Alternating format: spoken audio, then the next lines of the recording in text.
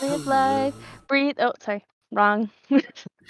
One day, One day we'll get the rights to it for one session, for one session. We'll film a whole intro for it. Yeah. Oh yeah, like our. Great. We should do like a Full House style. A full parody intro. version. It sounds great. Yeah. Hi y'all. Welcome to Records of the Realms. Welcome to the Light Arc. These are the Radiant Babes. I am your Dungeon Master, Record Keeper for the evening. Happy Pride, bitches. Happy Pride. Happy Pride. Before we get into all the big stuff, I'm going to actually burn through announcements super quickly. I believe there's only really 3 at this point. First and foremost, we are doing donations to through Tiltify to Fund Texas Choice to help out with healthcare needs for people down in, well, basically a southern state, because let's face it, they need the help. My brain's a little fried, so I'm gonna be less nice than I normally am about things. But yeah, fuck most of that state. But anyways, either way, we appreciate the donations. Every $20 gets these people an upgrade form of either an extra inspiration, a reroll, or an auto crit, which we did just succeed our community goal of getting another auto crit. So you guys are technically back to 1, which is good for y'all. But, you know, every $20 donation helps out these people on the stream, helps out the people in need. In addition to that, you can see the numbers for bits. I have explained before what the numbers mean. But basically, if you donate 69, 266, or 2022 bits or more, they will get either an inspiration, a reroll, or an auto crit. We also have a merch store. It's always weird saying that. I don't think I'm going to get over that. We have merch if you'd like to go check it out. Some of us own it already. I'm excited for us to get stickers and stuff so I can just put it on everything. Mel is very excited about the shirt with their own art on it. It's very adorable. Also, I mean, first and foremost, as hard of a month as it's turning out to be, Happy Pride to all those who celebrate it. Most of us here do in some form or another. But yeah, let's go around and do some intros. I am Vander, Vander.Vision, cosplay, videography and photography, and D&D stuff. Rachel. Hi, my name's Rachel. It was my birthday yesterday. I'm 25 now. I'm old. Let's spend your first day of the portal. Let's spend your first 24 hours as You got this. Do I? Let's have a fantastic start to your quarter life crisis is what I'm trying to say. Love that. I mean, I got the worst birthday present ever. Oh, it wasn't. I became public property for my birthday. Isn't that all? Let's continue. Oh, intros, please. But I play Temerity Serechor, who is our Tiefling Warlock. And happy Pride. I'm sorry for that it's not as amazing as usual, but I did lather, as Corinne loves when I say, the glitter on my face. And I will send it up to her now. Oh, are we doing me next? Okay. Lather and glitter should not be in the same sentence. I'm going to stick with that belief. Although your makeup does look fabulous. Anyway, hi, I'm Corinne. Pronouns are she, her. And I'm playing today Ethel, whose pronouns are also she, her. Cleric of Selune. Although, one without the ability to do cleric things at the moment, so we'll see how that works out for us in the session today. I don't think I have anything else, so we're going to pass it up one more to Nova. Hi, I'm gonna do this without looking at the screen because my cat is trying to steal my dinner. So, hi, I'm Nova. I am Locomania22 on both social media. I use they them pronouns. I play Asunar, our half-orc drow barbarian wizard. Fun times.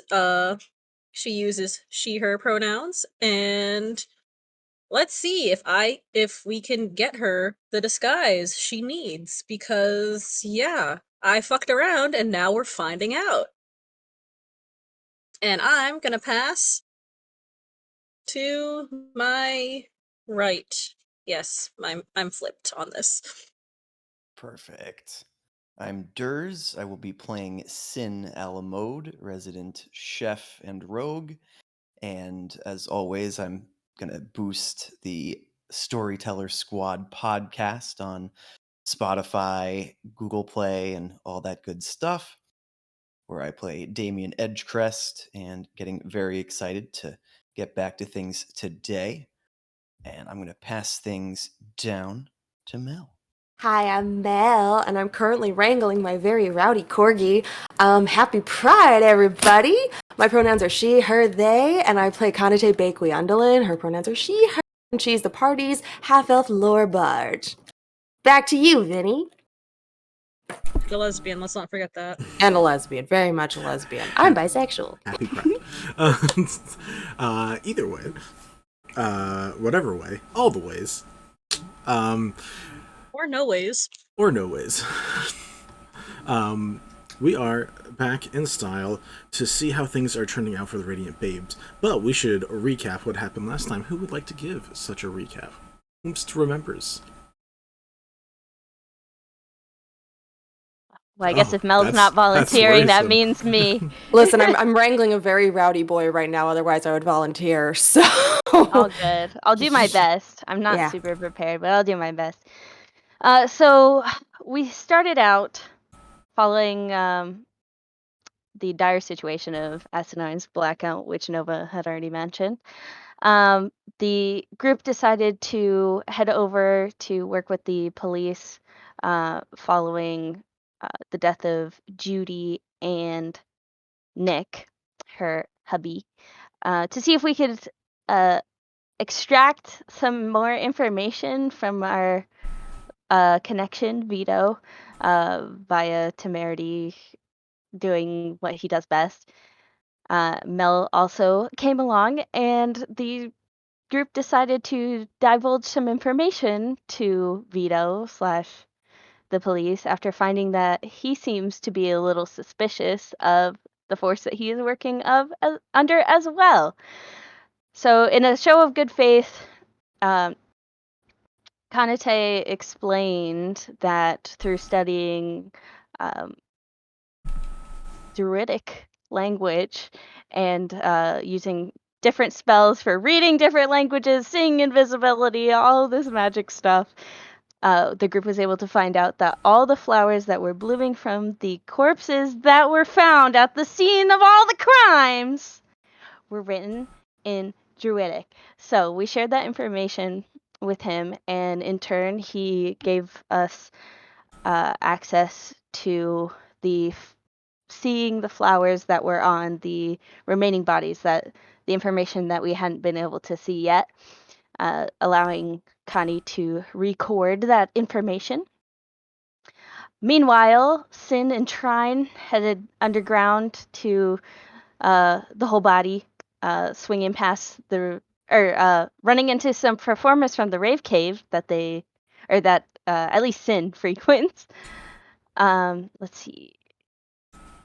The dwarf, was it a dwarf, I believe, that Asunar had fought in the underground and killed, was seen revived and in an unholy continuous rage, fighting over and over with different people in the ring, winning Cinn some money who threw it in last minute, and just seemingly unable to extract himself from the rage that he was experiencing. Very similar to the emotions that Asunar had been feeling before her blackout or during her blackout. Afterwards, the pair went into the whole body and met someone whose name I can't pronounce.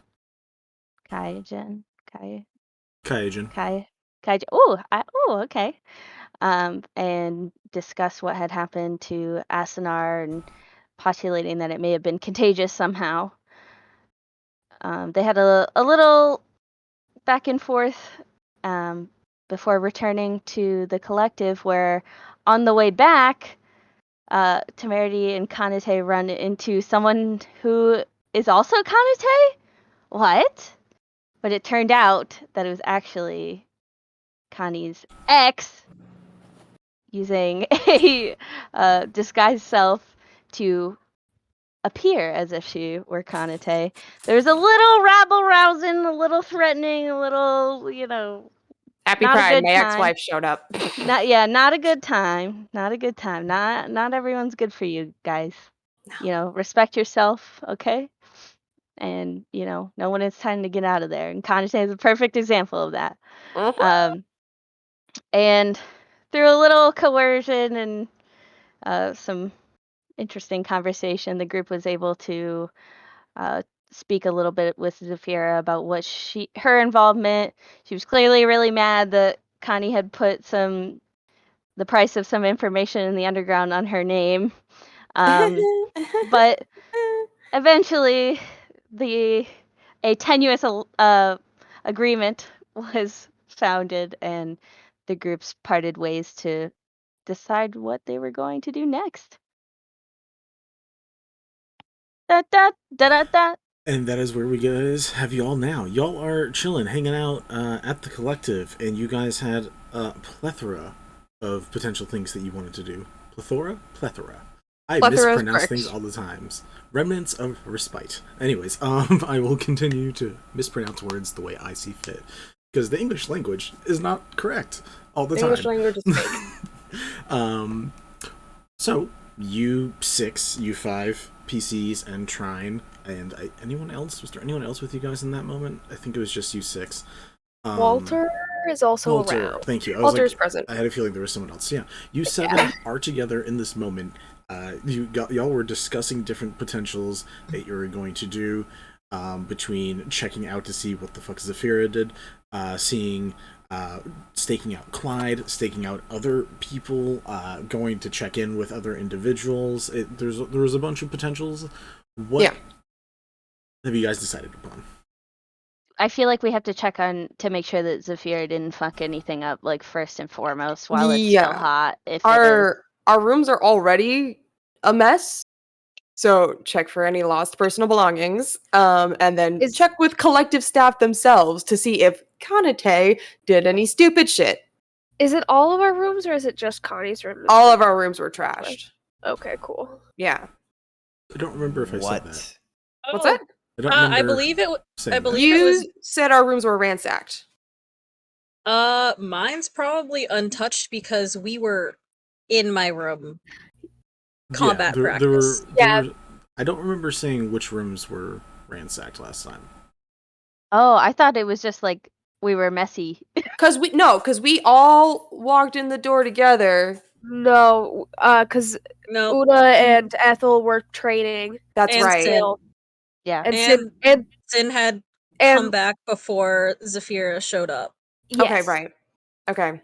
So half of us were already here. Correct. Okay. You guys. So then, you guys don't check individual rooms aside from Asunar's. All right. So, what rooms are y'all checking? And you can give me rolls for those rooms. Technically, all of you have rooms here, but if none of you are using your rooms, you don't have to check them. That's totally up to you guys. I mean, we all slept in them last night, so might as well check. Yeah. Yeah. All right. Checking my room. Those of you who want to check your rooms, roll me investigation checks. And yeah, we can say Asunar, yours was clean, so if you want to help anybody with any of theirs, you're welcome to, just because you were in your room, so... Before people say their numbers, who needs assistance? Because I will go to them before we know numbers.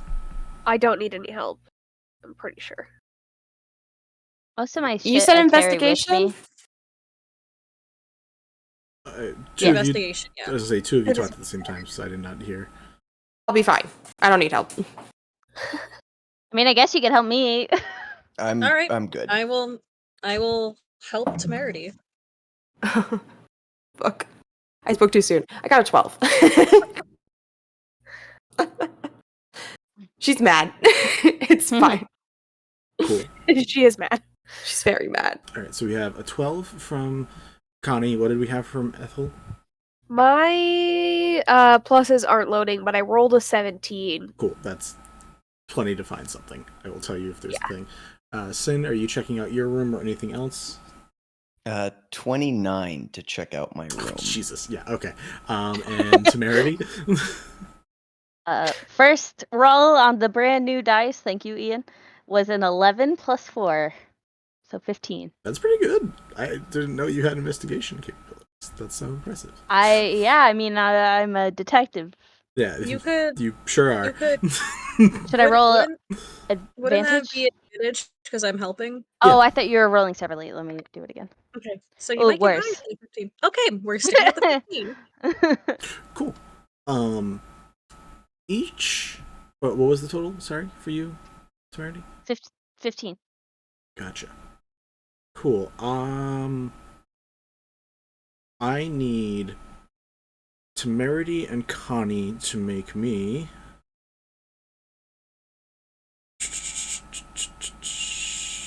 dexterity saving throws. Love that for me. Dex save. Luckily. It's another 12. No! What? What? Well, I am a dancer, so I'm relatively dexterous. So 15 15. All right. again. Ethel and Cinn, in your rooms, you guys looking over things carefully, with specifically you, Cinn, with your magic, and you, Ethel, have Walter helping you out, who's like using his tattooed weapons to just like slowly lift things, and just like you guys are working together to get through it. You both discover at some point books that you guys definitely don't have in your room. They are nondescript, like there's no title on the spine. They're just like plain, like brown, like leather, look like journals or something. They don't look like they fit, and like you, Cinn, are able to just like barely lift one up, where you see just on the edge of it, using one of your different eye visions, you see like the subtle hints of a magical glyph into it, and you're like, that I shouldn't touch. And we'll say somehow between Ethel and Walter, you guys are able to deduce about the same thing. For Temerity and Connie, whatever's happening with your guys' cleaning streak is not doing a great job. You both, whatever means you're using, you're just like flipping through books or just moving things at a very unfortunate manner, both get wrapped up in a explosion of thunder energy that as the journals explode, you Fucking bitch. You both take 29 thunder damage. Bitch. Does Asunar take it too because she's in the room with me? Roll me a dexterity saving throw, Asunar. I think you have advantage because of traps as a barbarian, though. What was that? I need you to make a dexterity saving throw. I think because you're a barbarian, you have advantage against traps. It's stuff I can see. Gotcha. Well, you didn't see this, so you can see it as it's exploding. I don't know what it can. Roll with advantage. It's fine. I don't. It's not your room. Okay. Okay. And he's like, I'm not trying to hurt you for helping your friend. There's plenty of time to hurt you later. It's fine. 12. Cheers. You also take 29 thunder damage. Yikes. I imagine Temerity's like, what is this doing in here? I don't read. Yeah. Connie just curses really loudly, like, fucking Saphira! And just, she's fucking furious. I'd say the bigger thing is, Connie, any type of organization in your room. Temerity, this room's very new to you. You probably, like, maybe just brought a few things for your, like, first time sleeping here. But Connie, you I've been here a couple times. Yeah, I've been researching. I've got a poster in Una's room that's literally just like the red strings everywhere. Luckily, that's in Una's room, and we specified that because everything else in your room, because of the thunder damage, it's a 20-foot radius, so your whole room just went. Oh. Yeah, so I'm assuming that Walter and I hear that. Yeah, you hear a rage-filled shriek, and then just motherfucking Saphira, the bitch. And just lots of swearing and muttering, and then like occasional yelling, and just she's real mad. Temerity immediately starts like Asunar sees me and I'm in dire straits, and I start limping my way to Ethel's room. Yeah, I just pick him up because I'm like, he's like in her arms, like. But yeah, no, like not even bridal carry. I just do the whole like potato sack over the shoulder, being like, "We're okay, we're fine, we're fine." I'll do the Princess Fiona like on her back. But yeah, now Ethel and Cinn. I was under the impression that this was supposed to be the safer location for us to stay. What's all these explosions I'm hearing? What's going on? I got some sort of a trap device in my room. I gotta check Trine's room. Give me a second. Oh no! No! Oh, don't let Trine get too hurt by this, please. Let her just find it. She rolled 12. She's very good at what she does, so it's probably fine. You guys can keep talking as I figure out if Trine explodes or not. At some point, you hear yelling and like the sound of like things thudding against the wall. Like Connie's now like rage throwing shit she doesn't care about against the wall because she's so furious. Right, Trine figured it out. Instead of Kirby's fucking pissed, it's Connie's fucking pissed. Yeah. So eventually, Trine also with like with Song carrying it. So that way she's not holding it. Little Coyote comes tapping into the room where everyone else is with a little book that looks identical to the other two that you guys have in its mouth, being like, "Found this. Didn't like it. I dispelled it. Are we worried?" I'm assuming it's from. I'm just gonna like point. I'm assuming we're in the hallway, like outside Connie's room, and I'm just gonna point it to Connie, at Connie's door, and just be like, "I'm assuming it's from her ex." Little gift. Temerity is you moaning. Just hear lots of thudding and yelling. The most accurate Pride Month ever.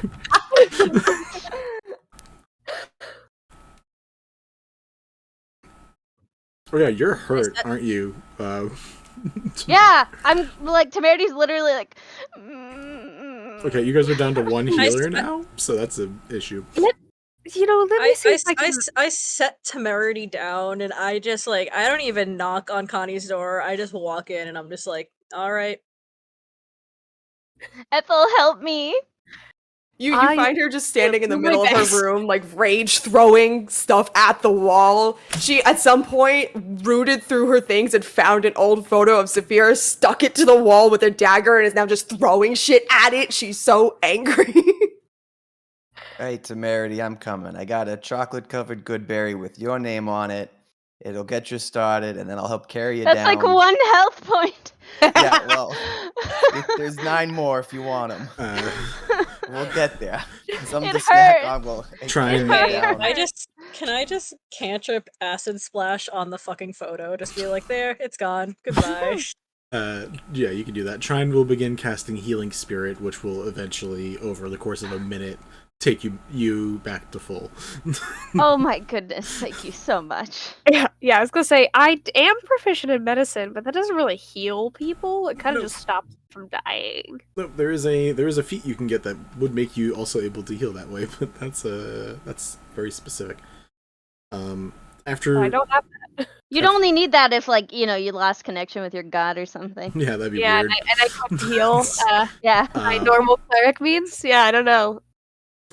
Try and we'll use another healing spirit and just float it over to Connie as Connie's raging, just so Connie can heal as it's going on.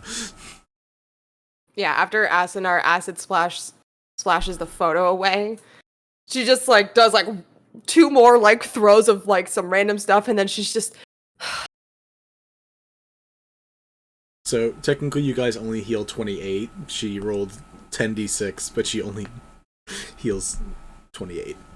listen. Okay. I'll take 28. That's so good. Hey, 1 health point down is way better than down to 1 health You point. also got you got the 1 health from the good berry, and now you guys have spare good berries, which is Oh, also okay, very perfect, helpful. perfect, Yeah. perfect. So was gonna say, if you there's took 9 theirs- chocolate-covered good berries. Divide them amongst. There's 10. Well, 9 left. Divide them amongst yourselves as needed. What type of berry is it? It's Good. a good berry. Awful. Just awful. Well, that's what the chocolate's for. You're all losers. Oh, don't talk like that to me. Trine points at the books and is like, should I dispel these? Do we want to keep them? I don't Well, really. I'd like to not have explosions in our library. yeah. I mean, Please dispel them.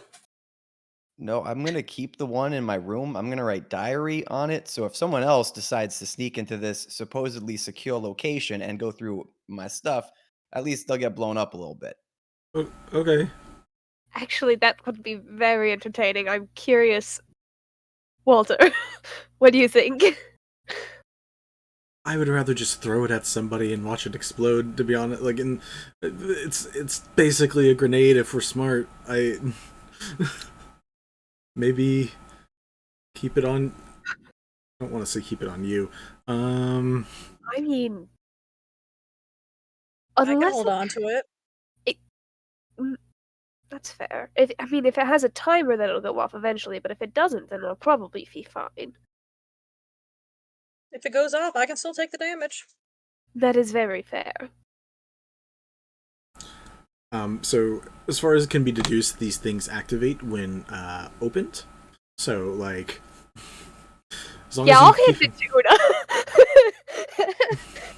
So- I was like checking my HP. All right.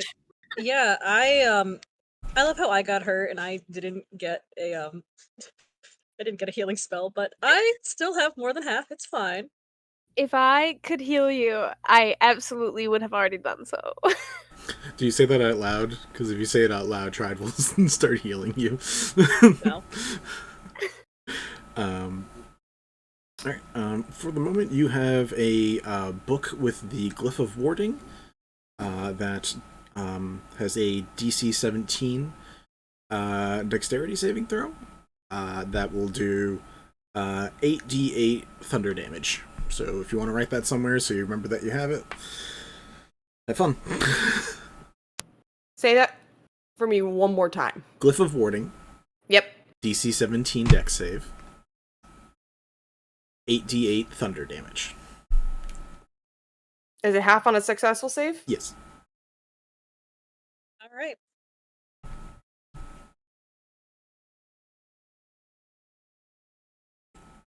So, you guys were almost exploded. What would you like I to do now? mean, some of us were fucking exploded.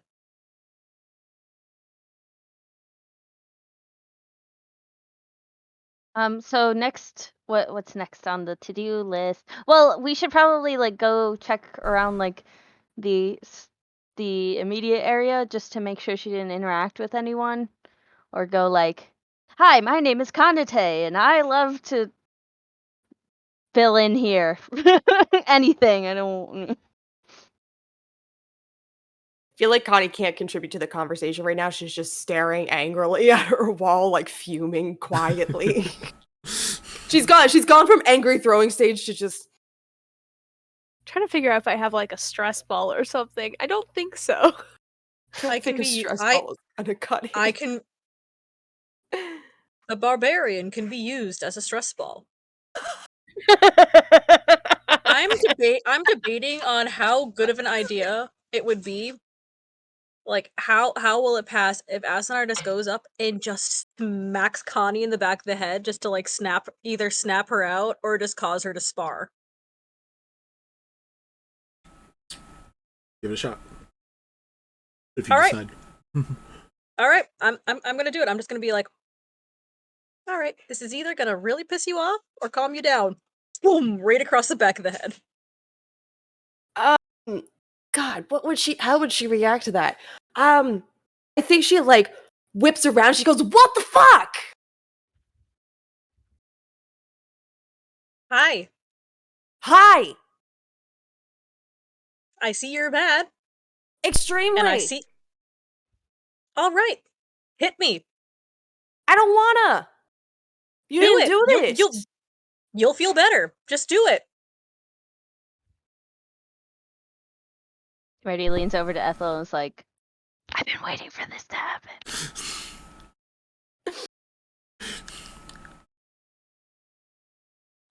One good slap across the face. I promise you, you'll feel better. Ooh. I can take it.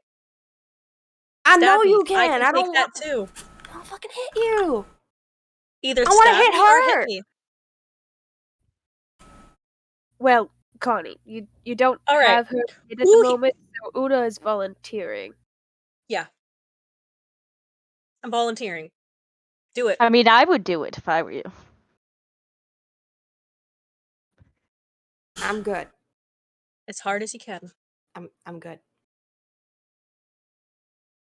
Are you calm now? As calm as you'll get in this moment. All right. Mm-hmm. All right. And I just pat her on the head. That was bad timing, Not and you know it.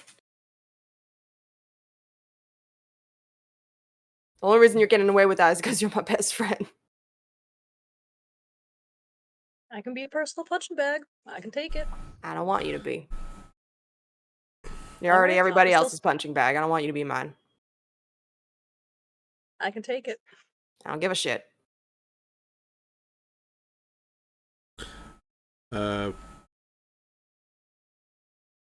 Yeah. Asunar and Kanitae, both of you roll me charisma saving throws. Also, no, you hang up. No, you hang up. Fuck out of here. Charisma save. That's a 17.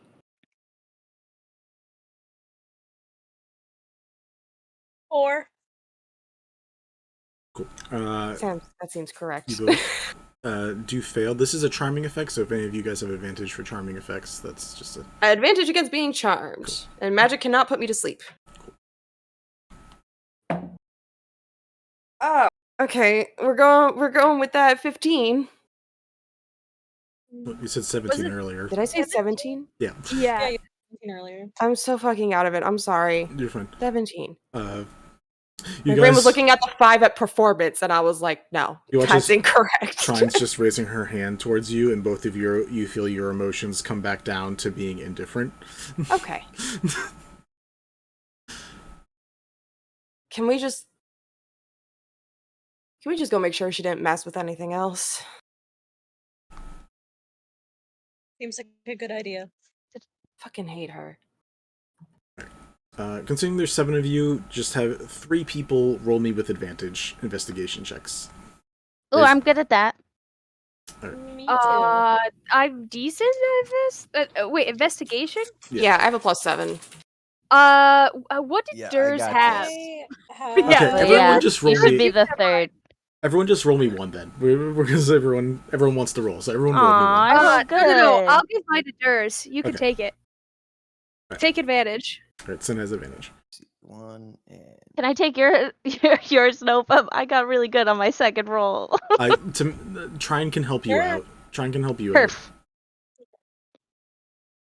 Okay, then 22. Una can take mine. If Okay. Una's rolling. yeah, All right. 24.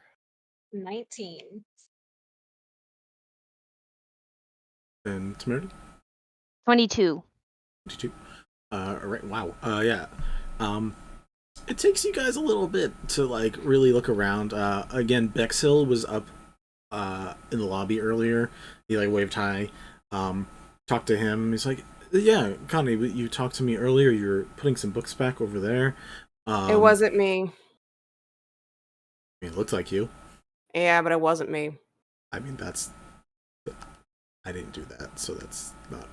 It's over here. And, like, just, like, shows you where... He's like, I don't know what's going on. There's a weird energy right now. I'm not part of this. Shows you the area. Did they just leave those books literally everywhere? You guys look around and you're able to find 4 other books. Oh my god. Those bastards. Alright, so we should probably inform all of the staff to be careful. Yeah. I will say you find all of them just because we had some real good rolls there. So in the end, you guys do find all of them. Oh, okay. I'm just gonna... How many is all of them? The additional 4 in addition Oh, just to those the ones... 4. Yeah. Okay. I don't touch books, so someone else is gonna have to carry that. I will say each no- of these is 8d8. No one needs to carry them. Yeah, I so got ya. they are 8d8. What are you gonna do? damage. Eat them? So I can carry them all. Sin, No, what's they just start floating behind Sin. Ooh. Fuck it, you know what? I'm gonna actually keep a couple of these. They could be useful.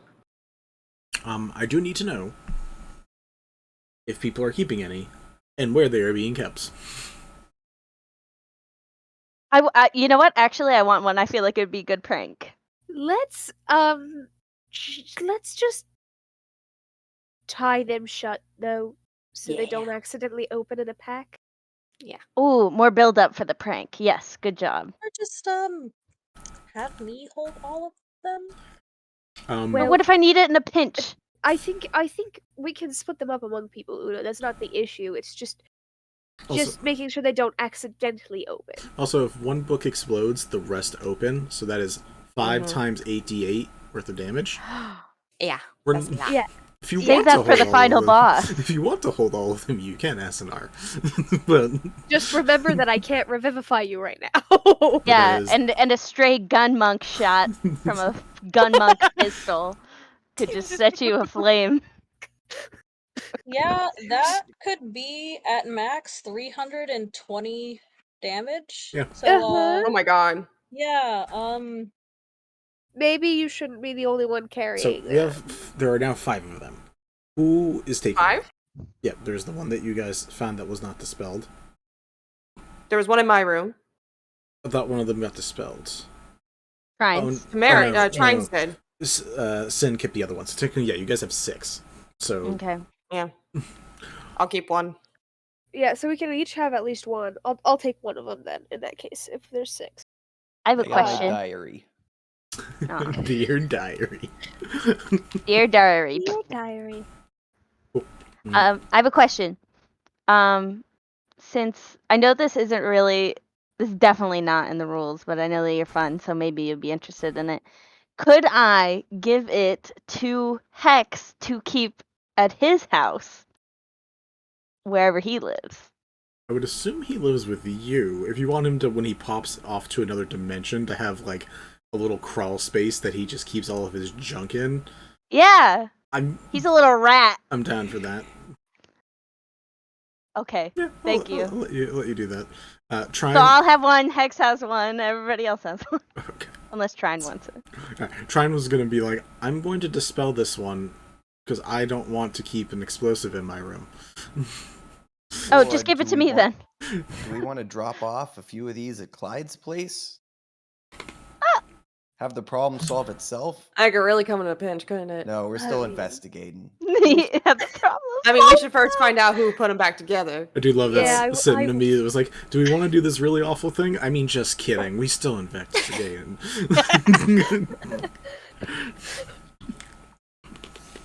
There Okay. is a plan to keep in mind, though. What would you guys like to do now? Now that we have finished all the bomb mayhem, and it's been 30 minutes. Now that we've Right. investigated one enemy X, we can move on and start investigating the other enemy X. And Sir, do you mind? I'm happy to stretch my legs. I was pretty impressed by the paychecks at this place, but clearly the security is not top notch. So I'm might as well hit the road. You'd think they'd have like a metal detector or something up front, like a magic detector style. I think we would know about it. Gestures to everyone and all the magical items everyone has. Exactly. We shouldn't be allowed within 100 feet of anyone, really. I mean, I'm not going to argue with that. I feel like that's correct. All right. So we were talking about staking out Clyde, speaking to Antiplenty. Vito's going to come around here at some point, and we need to talk to him. Vito said he was going to try to come by after work, so I might just stay here and research until he arrives. Because I'm the one that invited him, and I feel like I should be the one that explained to him what the hell's going on. And Temerity, I might need your help with that, so that, he doesn't completely flip out, but... He's relatively level-headed. Of course I will come along.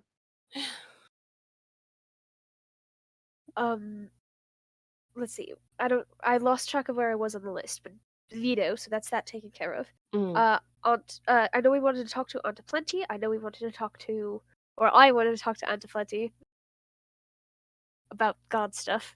Oh no, she's definitely worth talking to. Yes, especially after what we found today. I think it could be very fun. And also maybe informative as to the current situation that's happening.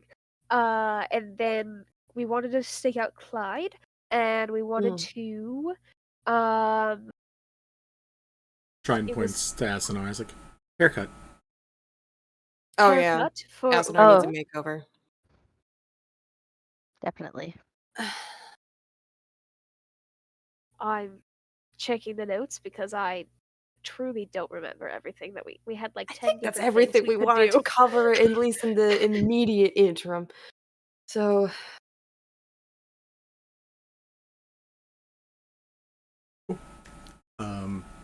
Oh yes, I think you're right. Oh, there's another thing. what?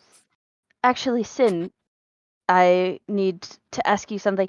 Did you happen, just by chance, to run into a tiefling down in the whole body? Maybe by the name of Harmony? Not personally. You can- There was some tieflings down there. I mean, it's pretty crowded, especially in the arena. Well, Yeah. they're like orange. Their horns kind of like go out and then back. Really ostentatious and like the definition of gender euphoria. I don't really know how else to explain them. Roll me an intelligence check, Sin, just to see if you remember. Vinny, do I have another in-universe cousin or some shit that I don't know about? Their name is Harmony and they're orange. 16. Trying Pet's song. So song quiets down. Doing this shit again. What was the total? 16. 16. You don't remember seeing specifically like an orange tiefling with a almost like tiara-esque horn setup. I don't appreciate this description. A minor illusion, some tiefling faces that I saw down there, but none of them ring any bells. No. Okay. Maybe I was wrong. I don't know. Okay. Thank you. Yeah, we no problem. have Do you want me to keep an- an eye out for him? If you're ever just around, yeah, I would. Sure, you could tell me if you see them. Perfect. Now is this just an observation mission, or is it cool if I introduce myself? You could. I mean, they're lovely, but I Well, have nothing to say to them. I didn't know if this was a friend or foe situation. No, they're my sibling. Oh, very nice. The other Okay, F. well then of course Family. You have siblings? I have 4. Oh, that's a lot of siblings. Yep. Actually, You want to wait, I guess think which one I am? Where I am in the lineup? you give youngest child energy. I've been told Absolutely that you do. before. Where are you? You can't just ask if we want to guess and then Yeah. not explain. Oh, I am the youngest. Oh, Called okay. it. All right. Wonderful. So, how are we divvying you guys up? Like, how many of these things are you guys doing at once? We have stakeout, we have research / talking to Vito, onto plenty, haircut. I think are the 4 things right now. No offense to Una, but I feel like the haircut isn't as urgent as some of the other tasks Yeah. and can maybe be handled later. Cool. So there's 3 things. Let's see, I a mean, haircut Temerity shouldn't can. take too I can long. deal with Temerity or Sid and grabbing stuff from the Jeweled Chalice for me. Like temporary is okay for now. Yeah, we can like restyle your hair or something until we can get you a little more fixed up. I mean, Temerity confirmed that some people wear wigs there, so Mm-hmm. Oh, hold can make on. it work. Give me a moment. Hex, What do you want? can you, babe? Can you just pop back over to the chalice and grab like, my face glitter kit, my wig styling kit. Ask what's the name of that one changeling? What Wilising? Wilising? Ask Wilising to borrow a wig. I think we're going with like winter tones, and then just an outfit to go with it. He's gonna be a bitch about it, but fine. And just. Joke's on him. All of us are bitches. Hex knows that by now. Cool. So yeah, the 5 of you plus Trina and Walter have these 3 things that you can do. How do you want to divide up going to see onto plenty, staying here for research, and potentially staking out Clyde? I Yeah, think I want to go say hi to Clyde. I think the I can volunteer going to Clyde because he, just from what I've been told, seems like he was a dangerous fella. Don't know if he still is, but Mhm. if we need some muscles, I'm good on that part. You know, Yeah. I would really appreciate that. I got a real good look at him, and he is all there. Oh, sorry. Oh boy. So we got the top row going to stake out Clyde. But last time you offered Hex for that, do we also want to have Hex go along with that as well? With the I've stakeout? got my knife. Yep, the I was knife. going to talk to Antiplenty. Is that where I was going? I don't.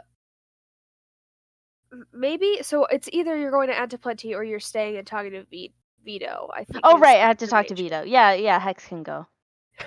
All right. Hex can join. Oh wait. Sorry, I just remember last time out of character. Last time we talked about plans. Mhm. Asunar can detect thoughts, so I thought that I remember saying that she was going to stay behind. Mm. Shit, I'm stuck between the two now. I would like to talk to Antiplenty. I think that's a good spot for me to go. I also would like to stake out Clyde, but I feel like there's inherent danger by me going to see Clyde, so I'm gonna go to Antiplenty instead. Walter can go with you for that if someone else wants Sounds to great. go with Ethel. so there's an additional PC, welcome to. But if not, figure it out. Gonna stay behind and research. And then wait for Vito for whenever the fuck he gets here. Right, so you two are staying to talk to Vito. Yeah. And then Asunar, are you Vito or Clyde? I'll do Clyde. So we got you guys taking out Clyde, you guys talking to Vito, Auto Plenty. Shrine is, I don't know what Shrine's going. Does anyone want the assistance of Shrine for any of the things? Are we meeting Vito at the collective? Yeah, Connie specifically invited him to the collective to talk. Then we should probably have Trine with us as like a rep. Yeah, I guess so. Trine will. Is she weird right now? Yep. Oh. Okay. She weird right now? Yep. Still weird. I will double check and see if she does have any tech thoughts, though, because I don't remember all of her abilities off the top of my head. Walter's going with you? Going with Ethel. Okay. Yeah. Granted, Trine could also do that. Either way, I mean, I have 2 NPCs and they can do basically whatever you guys need. So, I just... At least 2 people per thing is better, because Ethel with no powers walking alone. Yeah. I'd rather Yeah. not do that right now. Yeah. That's very bad. So. And do we have any method for the recon group to communicate with the I don't know, the Q group?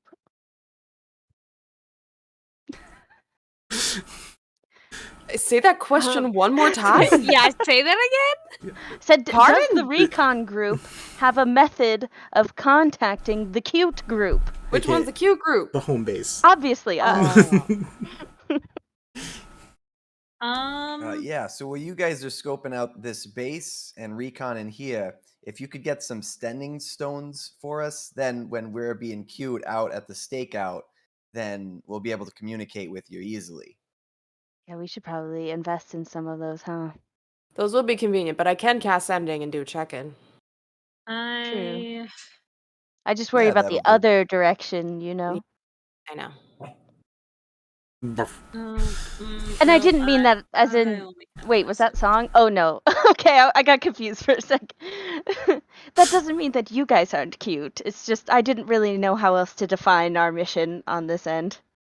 Since we have Hex going with the recon group, a song will also go with Ethel, just so that way there are familiars heading out with them. Oh, okay, yeah, then you can have Hex talk to me. Yeah. Cause Perfect. That'll mean the people... What am I, your fucking walkie-talkie? That way home base has people to talk to. yes. Or has ways to connect outwards. Cool. Let's see. What do we want to do first? What do we want to do first? Who's in a chatty mood? Who feels like chatting? Cool. We'll start with home base. Home base. I never shut up. Not too long afterwards, Vito, after everyone breaks off, about a half hour later, Vito comes in as... well, I'll give it a quick mo for a little more research. With the help of probably Trine and not Temerity, what additional research are you doing, Connie, for like the hour before Vito shows up? I wrote this down, and now, there was a couple things I wanted to research, and I think I might have put them in the chat instead of in my notes.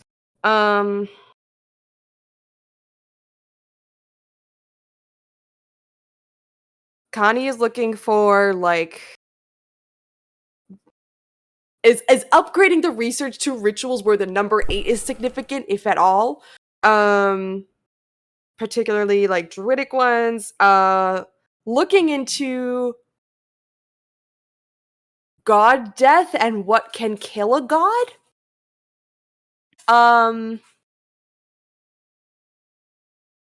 And oh god, I had like a whole list of shit.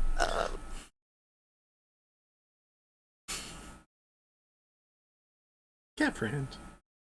Oh yeah, on my I have 3 post-its on the bottom of my monitor. Kitty, this is my moment. Move. And one of them Meow. just says God killings.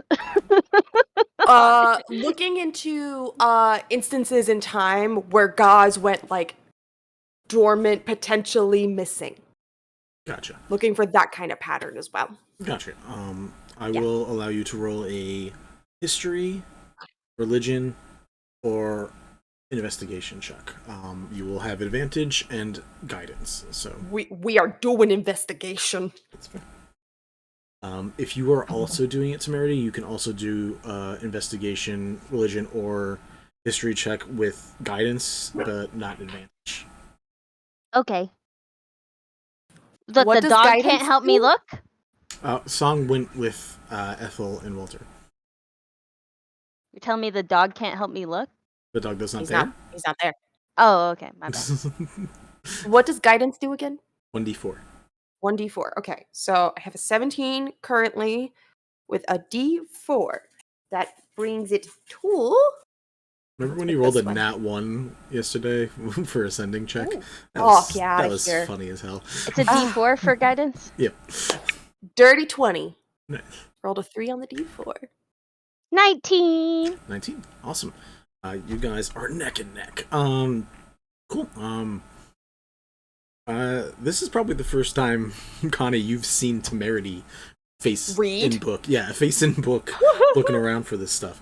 You guys are getting close to the same section, trying to able to help find the books. She's got Dewey Decimal down to a pattern. She knows this shit. She helps track down books, and you guys read about sections of times called respites, where items called remnants of respites are made. Stop dying, baby girl. You're fine.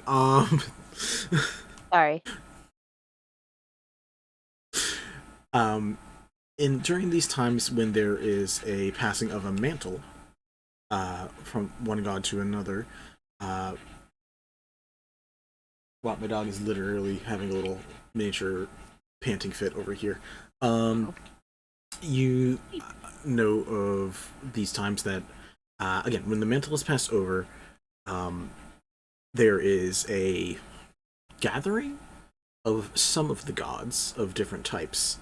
And during these gatherings, they can be gods that are considered good or evil, of whatever different portfolios are available at those times, and these gods gather together during these downtimes, these transitions from one deity figure to another, and there is a small period of peace between gods during these times, and during this peace, there is the forging of an item that is known as a remnant of respite. These items are made by these multitude of deific powers, as kind of a symbol of moments where gods chilled for a moment and stopped being such asshats to humanoids. To sum up. So there are the name of a few items such as this that have probably been discovered before. They are very, very rare. And like you're thinking about that, and in this moment you're like remembering what literally just happened to the god. And it's like, well, if this is like what's happened before, this is probably another moment of respite, potentially. Meaning the gods are doing some funky shit if there's someone being elected past the power to. Any indication of how long these periods last? There isn't a set time. Okay. From the stories that you get, you've seen them last a week, you've seen them last decades. It depends on how long it takes to pass the mantle for someone to get trained in said mantle.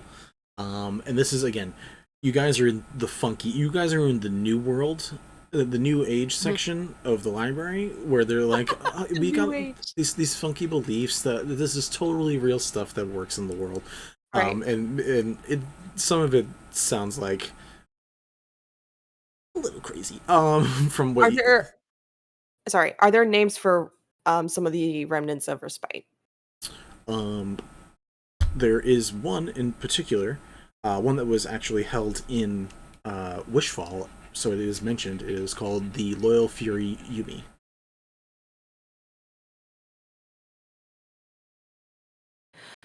Excuse me? Okay. All right, And cool. the what? The Loyal Fury. Is it is it with an I or with a Y? The word Fury. With a Y?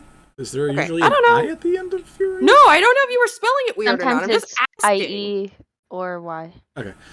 And then Yumi is Y-U-M-I. Y-U-M-I? Yeah, okay.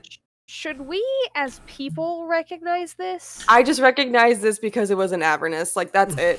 Cool. All It's, right. It's a throwback. Gotcha. It's an item, and in this book, we'll say you guys do get a little research in related to this item. It was stolen some years ago by some surface people, some people planet side, a Bork. Sorry. By a group of individuals that call themselves I think it was the 11th, 12th Cogs.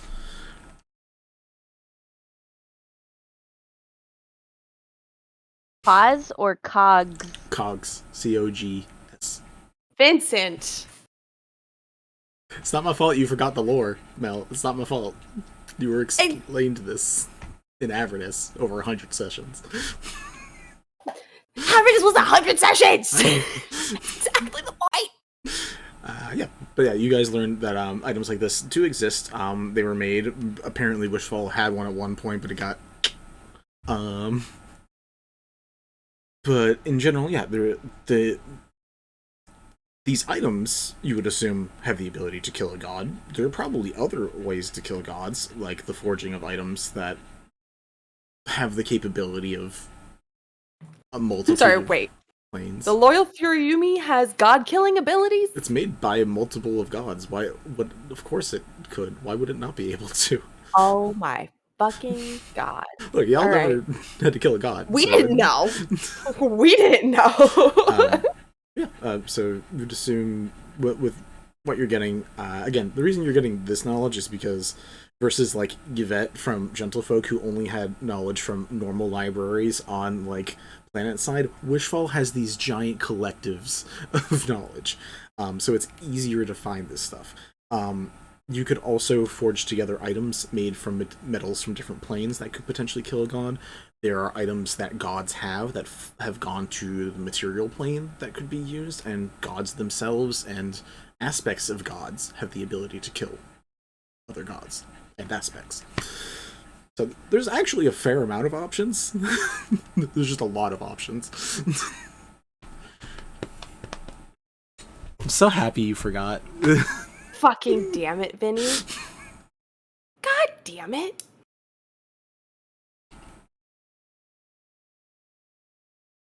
God fucking damn it. I could blow your mind again right now. It would just confuse you even more. But I won't. Fucking do it. It's Pride Month. Hit me. You know Let's what? go. Fine. I'll give you one. Do you Let's remember go. the names of all the people that were in your parents' party? There was a few names. I don't remember all of them. Two of the I remember names. Gwele and Molkesh. No wait, they weren't in the party. I'm thinking no, they were. They were. Okay, so there's Gwele and Molkesh. There was oh my god, why am I blanking on her name? She traveled with us for months. Oh my god, what was her name? I feel so bad now. Yeah, there's a lot of people. So There was 12 people. Yeah. There was so many people. Yeah, there's a lot of names. At some point, There's you so should many review some of that stuff. It won't help you as Connie, you. but it'll make more sense for you, Mel. It'll just fucking melt my brain, is what it'll do. Yep. God damn it. And You already melted my brain yesterday two of with the the workers, Azaran bullshit. Two of the workers at the Jewel Chalice are Gwele and Molkesh. Oh shit. Good for them. But yeah, you guys discover a bit of info. With that, I will say. By the time you guys are nose deep into these books, trying to figure it out, Vito kind of like just knocks on the side of like one of the library bookshelves. It's like, should I come back at another time? You guys seem so engrossed. Who I said that, Vito? Yeah. pop right up out of my chair and so, oh no, of course. Now it's thank you so much for rescuing me from all these words on paper. How are you? It's so nice to see you. Doing good, pretty good. After points at Connie, after getting that hint about druidic, we actually pulls out some additional, look like fairly official paperwork from the police station, and hands them over to Trine. We would like to have a couple of our people come here and study your books for druidic, if possible, because boy, will that be helpful if that's a thing that we can do. At some point. I'm going to be one of them because holy crap. Who, I got a couple questions for you about that because let's try and are there like meeting rooms here in the collective? Is that a thing? Holds up a finger and goes looking. I turn quick to Connie and I'm like, what if this is Zafira again? Do we have to like do like a test to make sure it's really him? I mean, you know him better than I do, so I mean, yeah, I guess. Does the paperwork look official? I mean, paperwork could be forged. I mean, try and can I roll an insight can... check on the paperwork? Sure. I don't know. Roll me investigation checks, both of you. Okay. You never know. Nat fucking 20. Oh my god. There you go. Stupidest nat 20 to get. Cool. It's official paperwork from the police station.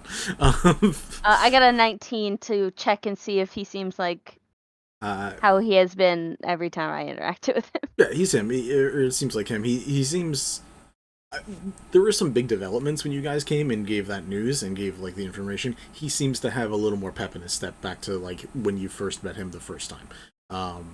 He seems to be not in a good mood because it's still like Judy died 2 days ago, so he's not having the best day ever, but he's still doing like pretty okay. Okay. Can I just? Connie's gonna be like, please don't be offended, but out of an abundance of caution, and she's gonna point at him and cast a spell magic and just make sure that he doesn't have like disguise self on himself right now or anything like that. Sure. Any items on? Oh no, if I ruined one of his items, I will feel so That's what I'm trying to think. I'm sure he has something on him. Does he have anything? I just get so nervous because this fucking guy uses false hydras, so you never know what he's gonna do. Hey, those haven't come up yet. You watch his outfit, his shift weave outfit, just like return to normal, and he's like, "Hey, I'm so sorry about that. I will pay to help that get re-enchanted. I'm so sorry." I mean, if you didn't like, okay, give me a second. What else do I have on here? It's not that. It's just He's we like- had an incident earlier. He's mentally going through a catalog. Eventually comes to like a James Bond-esque outfit. It's just like a nice 3-piece suit, and he's like, "All right, well, I guess that works." I heard that. We had an incident earlier. Sorry, it was just a little. We're a little on edge. What? Can't just take people at face value, so to speak. Somebody pretended to be me and fucked around. That's the short of it. He turns into you and he's like, "Good heavens!" Very funny. You're hilarious. Oh yeah, that's true. I Should- could have always just asked you to shift into someone else, and that would have been easy. But It turns back to normal. But yes, you had information to share with me, or you wanted information. I actually don't remember why I came here, and this is Vinny saying he doesn't actually remember the reason why Vito was supposed to come here, because I thought you guys shared a bunch of info already. Connie invited him under the guise of comparing further notes. But also she told Temerity, she was like, I want to sit him down and like really tell him what's going on, but I didn't want to do it at the police station because we don't know who to trust. And I didn't want him panicking while he was at work. Like that was Yes. the whole gist of it. Right. Yeah, no, we just of course this information is sensitive. It's an active investigation. We just want to make sure that no prying eyes, ears, nose and throat will be around. Didn't you just say that you guys had a security issue here? Why is this safer than where I am? We'll explain that momentarily once Trine finds us somewhere quiet to talk. Eventually, Trine comes back up. You're like, yeah, we have a room. All right. No bombs. Great. Vito's like, what? Not anymore. That's gotta be reassuring to an officer of the law. Yeah, totally. Cool. It's a joke. It's a joke. It's a joke. we'll let that go, and we're going to switch up. Who's good next? Corinne, you ready? Are you done with me, or should I move to the other people? I can be ready if you want me to go next. Okay, cool. Then we'll go with you, and then we'll go to the top, and then we'll take a break after that. Okay. Ethel, you, Walter, and Song are traversing. Where are you going to meet up with her? I don't. So we've not messaged her or anything. So I guess the first thing is to find out where she usually is at and try to find her there. I don't know anything about this woman. If we've talked about her before, I don't remember. Who are you asking for where she is? Ooh, I probably would have asked before I left the collective if, like, the person at the front desk knows where she is. But if not, then I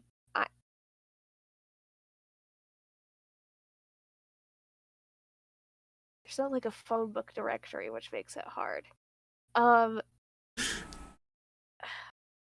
guess, like, I know she's had interactions with church members, at least to a certain extent, so I could try to ask Humphrey. I could go back to him and try to ask him. Sure. Yeah. If you want, Okay. we can say you take a quick trip to the church. One of the things that you find at the church, which is, I guess, up to you how you feel about the entire situation, is that there is a not a mob. There's some members of the Shard Church that seem to be jeering at the Selune Church in general, kind of along the lines of like, "Told you so! No moon in the sky. What did you guys do?" Like, there's like a lot of just like trying to figure out what's going on. Eventually, You're any better. All right. Sorry. yeah. You say that, but it's they don't mind if the moon is gone. in the sense that a new moon is a good sign for them. So the fact that it just suddenly became a new moon in the sun to them, it's probably a good thing. Yeah, I know. I'm not gonna be confronting them too forcefully. Sure. They're not like blocking the way or anything, but like a couple other members and stuff on the outside. There's just other members like harassing them a little bit.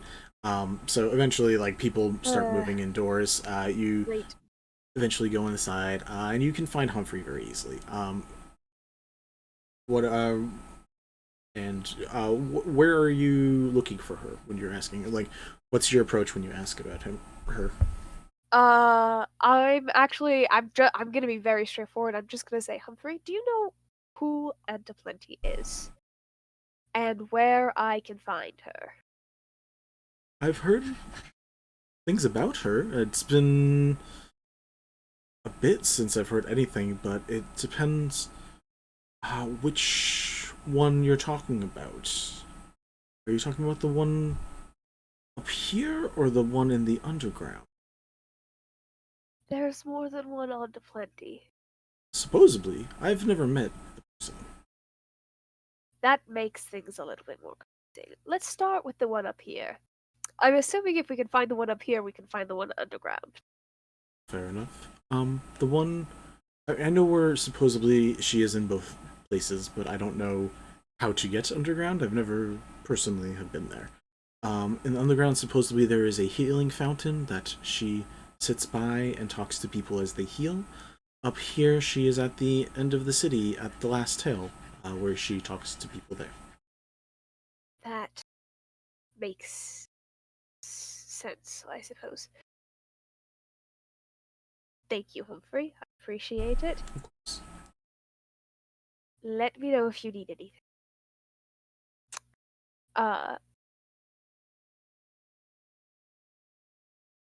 But I will see you later. that's the phrasing that's going on in my head. I'm like, I don't know how she would say that, but until then.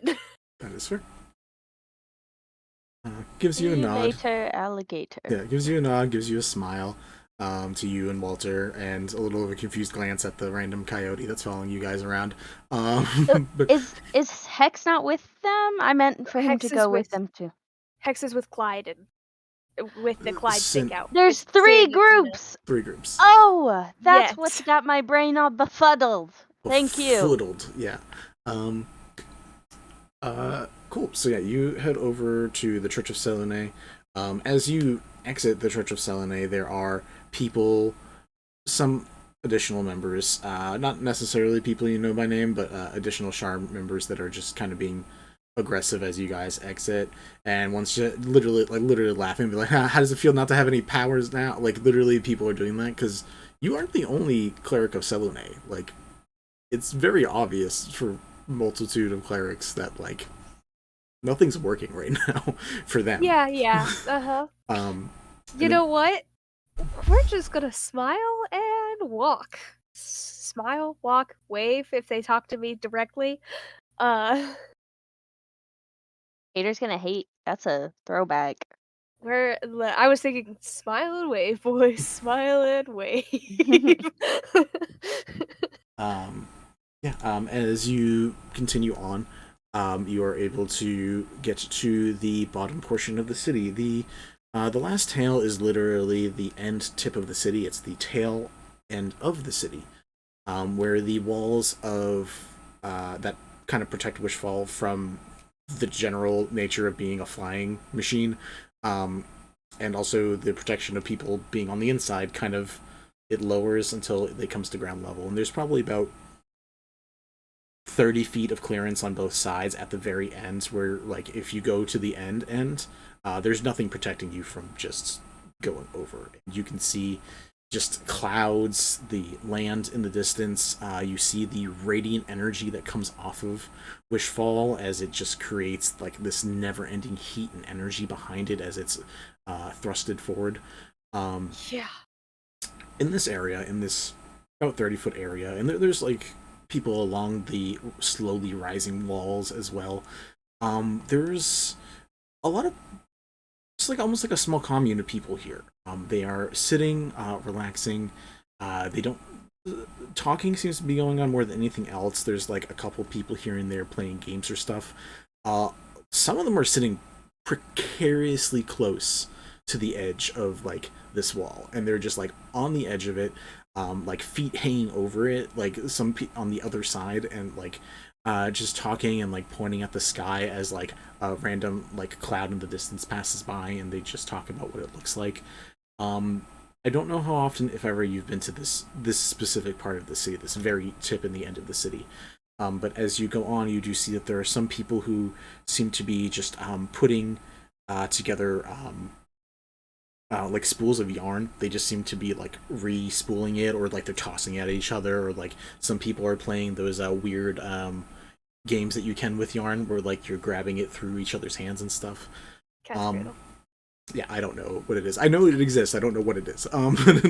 You see, towards the end, probably 10 feet from the very tip, the very, very edge of the city itself, on a, like, fairly rickety chair with a pair of crochet needles, and a spool of yarn sitting on the ground, and a part of a blanket that is just going inside her, what seems to be like a handbag or a side bag, as it's slowly getting put together over time.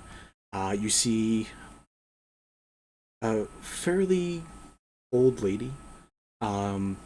Humanoid, not necessarily a human, not necessarily elven, but has like the very basic features of being like pale skin, uh, fairly uninhibited features. There's not like no beard, no like crazy hair or anything, no scarring, but has that the like the very wrinkled face of an aged individual. Um, uh, Her head feels almost like kind of like first season of Avatar: The Last Airbender. They're just it's slightly too big proportionally that you would expect for the body. Okay. It just like next to like another humanoid, you just see like this person just has a slightly bigger head, wearing like what looks like a crocheted like knitted hat or something. All the clothes seem to be self-made.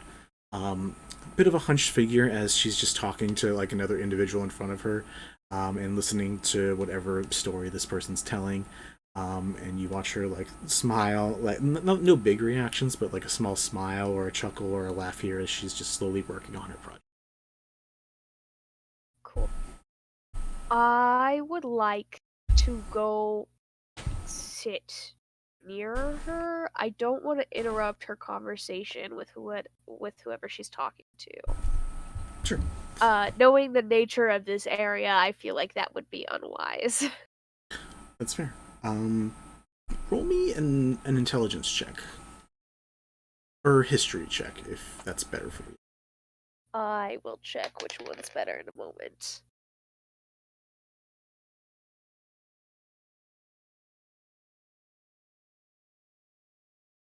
Uh, History, or did you just say or straight intelligence? Or intelligence, yeah. Oh, I guess it doesn't. It's history would work. Yeah, I didn't know if you had a... 17. Yeah, I am proficient in history. It's one of the things that I do. What is the total? 17. 17? It takes you a minute to realize where you've seen the person that she's talking to from. It's a centaur. And the centaur, you probably weren't the one who talked to her. But back at the concert, at the festival... That one, the nondescript one? There was a centaur who like immediately got harassed by people and by police, by being assuming that she was the one who was the one who it was you two. Okay. And she or not Corinne, it was me and Mel. Sorry, I meant yeah that way. Okay, this way. I don't know. That's fine. Either way, you've seen the face. You probably saw the face, maybe just briefly during the concert. But this lady centaur is just like explaining some like just after the attack, and it's been a rough time trying to just make people understand. Like I didn't know who that was. Either of them. Didn't know who the answer was. I didn't know who was doing the attacking. But ever since people saw me that day, it's just been getting worse and worse, and I just wanted them to leave me alone. I just wanted to be able to do what I normally do. I met somebody, and like I wanted to check out his artwork at the gallery because he made these things called Lumi traces, and then the gallery got attacked, and it feels like everywhere I go, bad things are happening. And this goes on for a little bit. If you decide not to interrupt, this goes on for like a while. It's gonna be like a solid bit of her telling a bit of her story. And after a while, she seems to get some of it out of her system. And who you assume is Aunt Plenty, takes what seems to be a knitted handkerchief out and gives it to her. And she says, You stay and you relax. You can look out and watch the world move for a while. If you want to talk more, I'm here. As long as you make whatever choice feels right for you. No one's going to forget your story. Just relax and you stay here as long as you need. And the centaur has a watery smile, backs away a bit, and goes and sits with like some of the other people who are just like watching clouds go by, and just enjoying what she can make of a bad situation and trying to get a little better. Yeah. Poor thing. Everywhere I go, I keep getting attacked. Don't I know it? Man. Okay. Oh, that's okay. That's heart wrenching. Anyway, we're gonna. I guess we're gonna move forward and talk to her. I'm gonna kind of just hold out my hand for a handshake and say, are you on a plant? I get called that a lot, yes. Great. I have some questions for you. Nova, can you mute your headset if you're listening to stuff? Sorry, you guys can hear that? I didn't realize. It's fine. I thought it was low enough. I have some questions for you regarding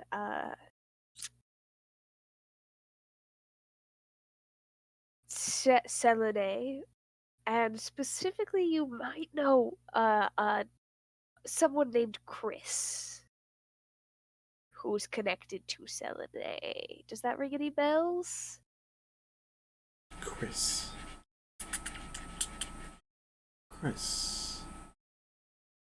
I will spell it for her if that helps. I don't know if it does or not, but Sure. You write it out. She looks at the names. I've known a lot of Chris's up here. Is it someone in particular that you're worried about? yeah, the one who was Selene. Oh. Was? I'm assuming. Gonna point up at the sky and at the fact that no moon exists there. That is a shame. What I would have known, I'm not sure how much is going to help you now, but what's your questions? Well, I guess. Hold on, I had it in my head. He told me to ask her things. Oof.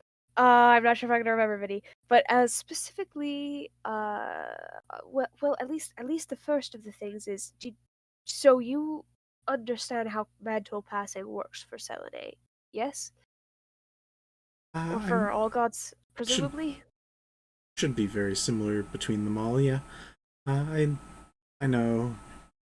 I've seen it. I know how that works. You see. Are you willing to explain? Oh, probably weird to say that it's hard to explain. The problem is when the mantle's no longer yours, you're not you anymore. This person, Chris, that you're talking about, there's a high likelihood I knew him. He was Selune, or at least met him. But if he's not, the mantle has passed, he goes back into the void. And as you're just like talking about it, you begin thinking about it. You know the name Chris, and you know you've met Selune. You don't remember Chris. Freak. Do I remember Selene? You remember meeting Selune, but what you remember is I've met Selune. You don't remember his facial expressions. You don't remember having, like, you don't remember the grumpy smile. You don't remember the, uh, you don't remember the personality there.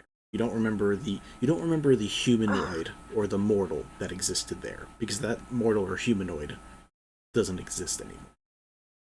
Okay. Alrighty. Interesting. But you remember, you were like, my god told me to do things. I remember talking to my god. I remember it being an experience. But Yeah. those are the things you remember. Huh. But I have some more detailed notes, too, Hmm? on specific things.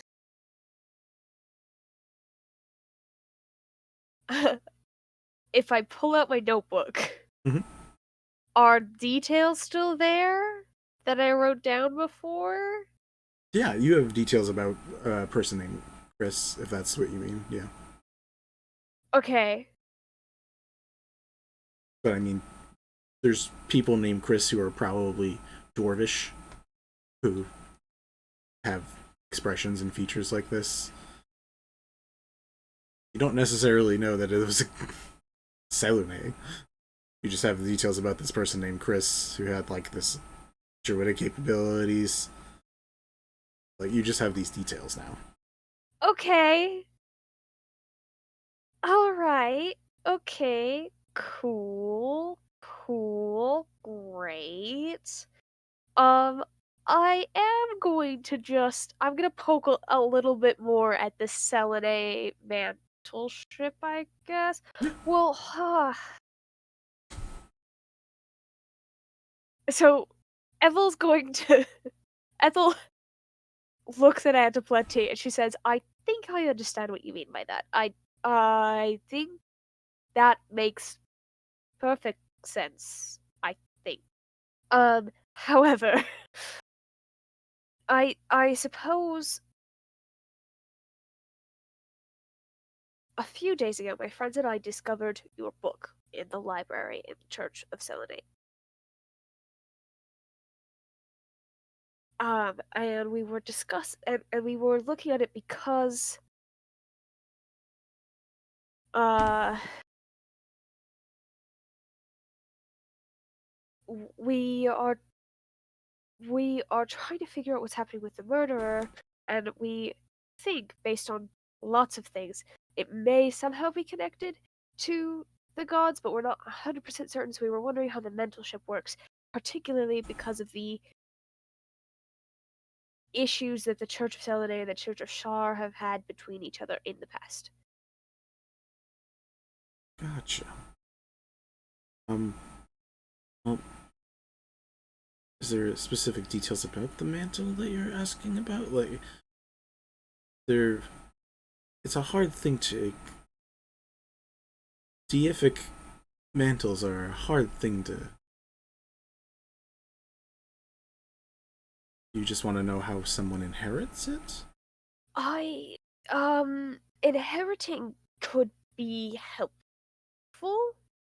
Um Also, if you have information on, let's start with inheriting, and I'll ask you another question if I have a question after that. Of course. Um, Inheriting's a funny word because with inheriting, normally there is a person designated, someone who is supposed to inherit land, a title, mantle, an item. With the mantle, it's kind of a crapshoot. All right. If what you're saying is true about this being a purposeful kill of a god, It sure seemed that way. normally it goes to the most devout, the closest to the source of the power of the god. So, closest to like a central portion of power of the god. someone who inhabits or inhibits the beliefs and the capabilities of the god in that moment is it can be passed, from what I understand, as a master and an apprentice scenario, which is how there's a bit of a smile. It's how aspects come into being. But there's no assigned aspect if there's no one already training for the position. It goes where God wills it. As funny as that sounds. Is there an assigned aspect for Selune? Would we know if there was? Would that be common knowledge? Hmm. Probably not. That's not a... Unless the aspect is actively doing things in the world, there's probably not a need for one or the knowledge about one. Great. Okay. Cool. Okay, alright. So that's current pressing matters with the inheritance of Selene is kind of resolved. I guess we won't know until it happens, which is going to be interesting. We'll see how long that lasts. We'll see how long Char gives us crap for not having a moon in the sky. Don't be too hard on her. She had it rough. I do believe you. It's not really Char herself that I have grievance with. And she's just like, as she's like knitting and stuff, it's like, do you have grievances? Do you wish to talk? I have too many. I I do have all the time in the world if you need someone to listen.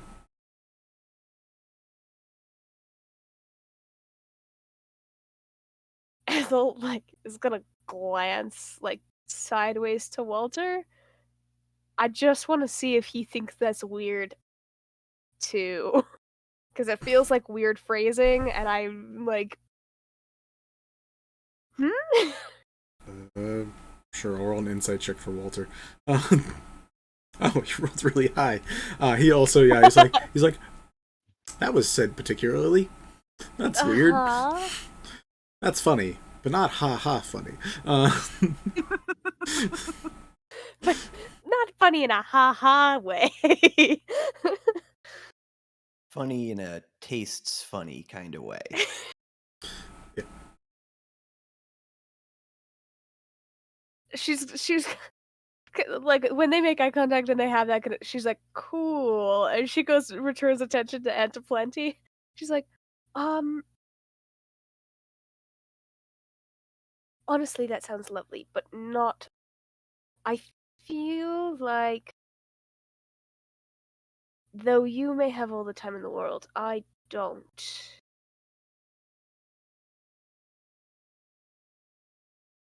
For many reasons. But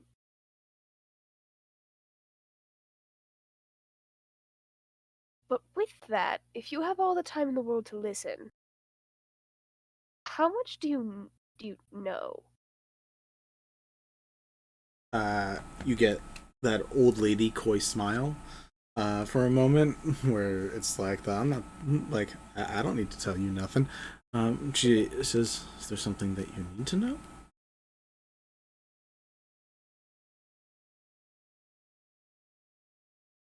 Well, a couple of things would be helpful.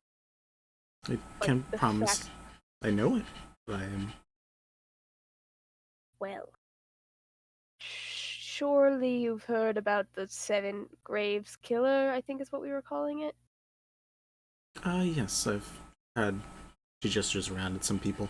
I've had some people's tales be affected by that. Yes. Do you know of a druidic ritual that involves killing people in the manner that the Seven Graves Killer has been doing? Or any ritual, not necessarily druidic, but that is what we're kind of poking down at the moment. I will say, unfortunately, my methods of the arcane are not so ritualistic or arcane in practice. They require more belief than knowledge. Lovely. With that, Ethel's like, I have to come back and talk to this lady later because there is stuff that I think I could learn from her, but specifically on a belief spectrum and not necessarily helping the people that I care about. At the moment. Wonderful. Got it. Second note then. Similar vein. If, say... Well, actually no, I don't know how do I want to phrase that.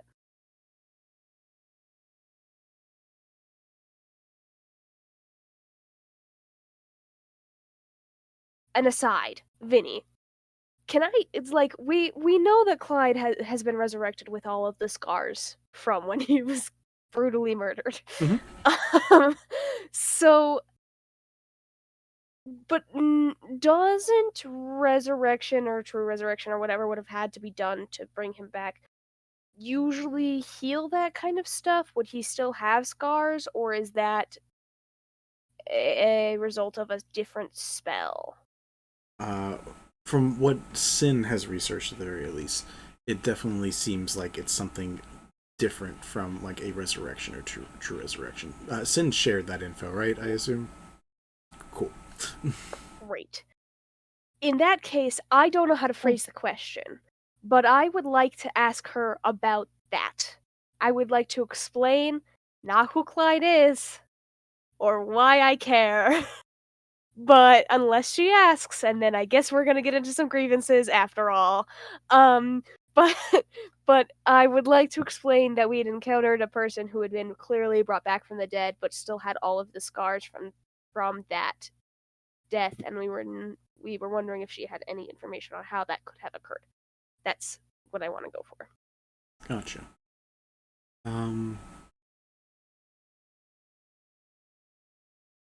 But you're trying to avoid specifically speaking about it being Clyde. I mean, I can avoid saying that it's him, I think, by just saying we met a man the other day who had this story happen to him. I think if she pokes more, I'll explain more. Okay, I was like, I mean, we can see how it goes. Roll me a persuasion check. Yeah. Okay. Ooh, that's not bad. That's a dirty 20. That's pretty solid.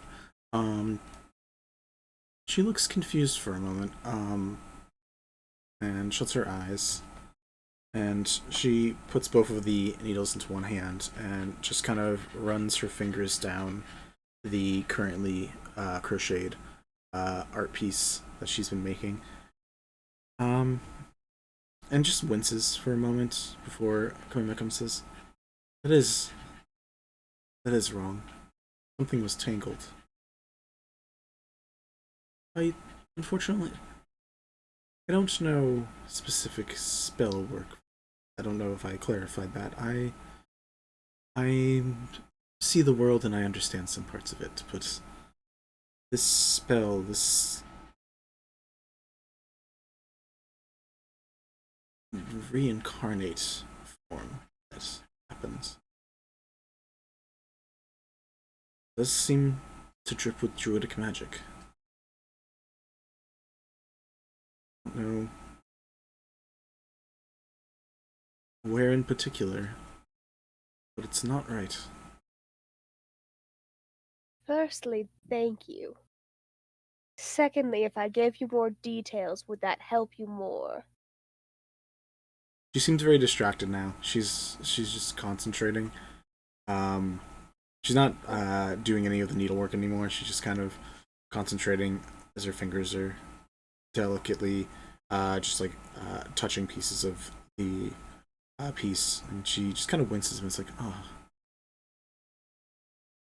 poor man. What kind of details would you want to give? She's gonna say this out loud. I'm scared of continuing this. This is terrifying. Can I ask you one question? Well, first, does your knitting, I don't know, thread history and fate? How does that work? Oh, you know some of your readings, then, don't you? Not too far from it. It's the best place to get stories is from part of the world where the most extraordinary things happen. There's a lot of wonderful stories here. A lot of sad stories too. A lot of different fates here, though. And I do enjoy a lot of them. And gives a small smile at the people around her, who some seem fairly hopeful considering the situations. But she looks back towards you and is like, "There's always things to be scared of. What specifically? Couldn't tell you this go around. What is your question, darling? You need to. I am unfortunately not one of the hens in the hen house looking to have sideways conversations. If you want to talk to me, you need to tell me." Ethel almost always has sideways conversations, so that's interesting. All right. Okay. You know, I'm just gonna kind of like glance around, and I'm just gonna be like, make sure nobody else is listening in, and lower my voice. Just be like, all right, I will. Oh, this is not a great thing to do in general, but I have the feeling that if I give the information to you, if it pops up somewhere else, it'll be fine. Anyway,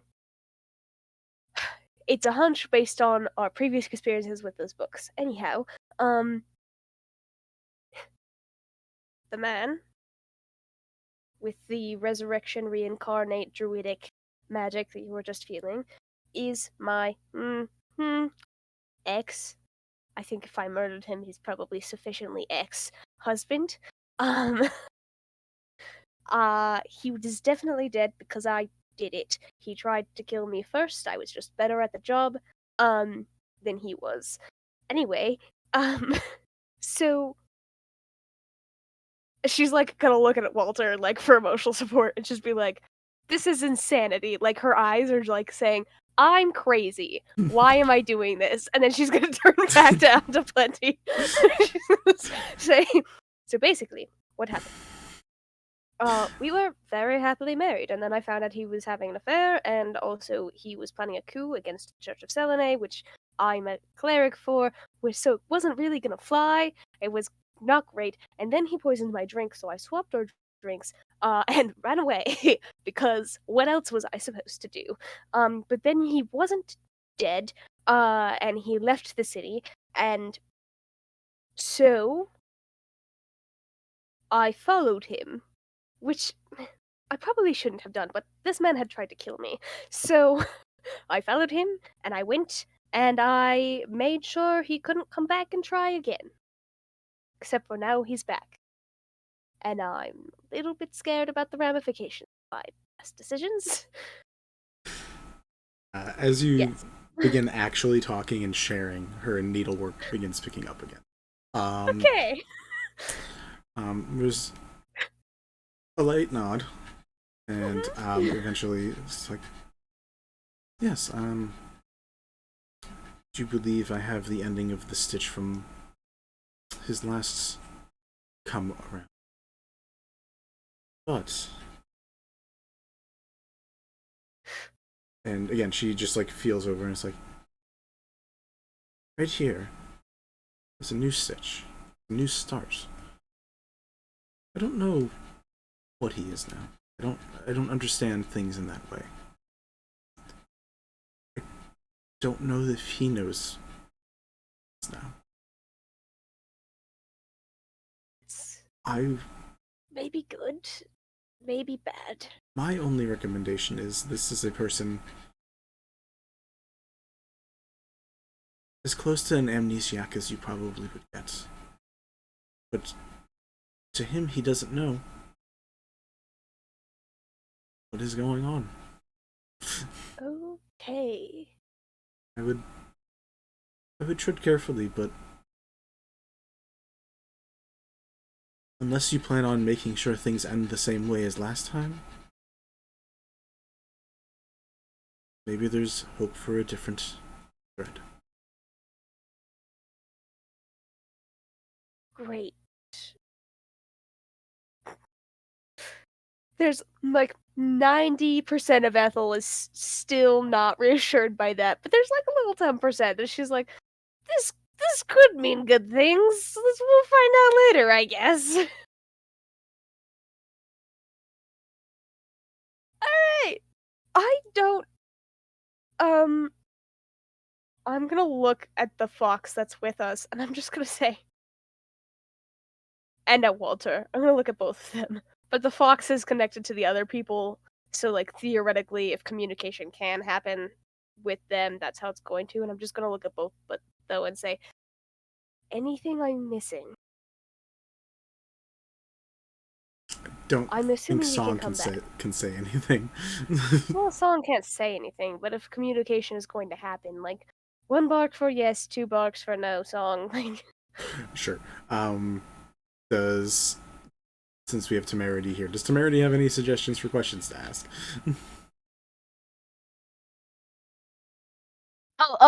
Because Mel's not here. Got it. Oh, Yeah, but not through other people. That's fair. okay. Cool. Connie, any questions you'd like Onto Plenty to be asked? Ooh. I'm trying. Okay. I'm trying to communicate through the dog. Yeah, I'll allow it this one time. All right. He's like, brr, brr. Any did Ethel communicate what questions have been asked already, or? Sorry, I had to step away momentarily, so I don't know what else Just got asked. just ask what you would want to be asked, and if we've already done it, then you don't have to worry about it. Yeah. How does she know about this? Like, how did she see it? I think we kind of figured that out with the yarn, but I could ask directly again, or I could ask that question specifically directly. Ooh, separate thing, which I will just make a quick note of. We did get additional donations. Woo! So thank you guys for the donations, which means these guys get additional reroll and an additional crit, which very helpful. Thank you very much for helping out our players. They need it. Yeah, clearly. Do we need like a little Rex like knitting now? Because I have that in my brain. That's not his thing. I don't care. Don't force other people's hobbies onto Rex. Yeah, I mean, if you want to if that is a question you decide that you want to ask Ethel, go ahead. I just want to know exactly how the fuck she knows this shit. Like, she said she's seen it before, but how was she able to witness it? Which thing? Are you asking about a specific? The mantle passing. Oh yeah, I did intend to ask about that, and I forgot. Sorry, I thought that's specifically what we were inquiring about was like mantle passing and all that jazz. Unless there were other questions that were asked, and again, I might have missed them. We asked about mantle passing and how it works. Yes. But we didn't ask how she'd seen mantles being passed before. Yeah. I'm curious about that specifically. Okay. Cool. I'm gonna turn back to Antipode. I'm gonna say, circling back. Thank you. I appreciate everything you've helped me with today, by the way. Circling back. You said you'd seen a mantle be passed before? Yeah. How and when? I mean, you said that how is a little difficult, but when? It was a more violent one, unfortunately. There's a place that we go. Not we. Place where they go. I'm just one of them. The little place with the rug and the fireplace and the shelf. Oh, you've been there. It's an experience. It was very interesting both times. There was a time where I wish I remember what that person originally looked like. The second one was so scared. He, there was a god, the Judge of Death. God damn it, Vincent! I was kind of expecting it to Buckle come, in for honestly. the feels train, friends. And Just warning you now. I had to see the mantle be passed on to him, and I can't remember watching the loss of the mantle. But if you've seen a 15-year-old child wake up, not knowing where they are, and being told, congratulations, you have to judge the dead now. It's, it was an experience. There's a lot of nitty-gritty and specifics that go onto it, similar to aspects. There's some work, but it seems he died at the right place at the right time, and unfortunately, that meant the mantle became his.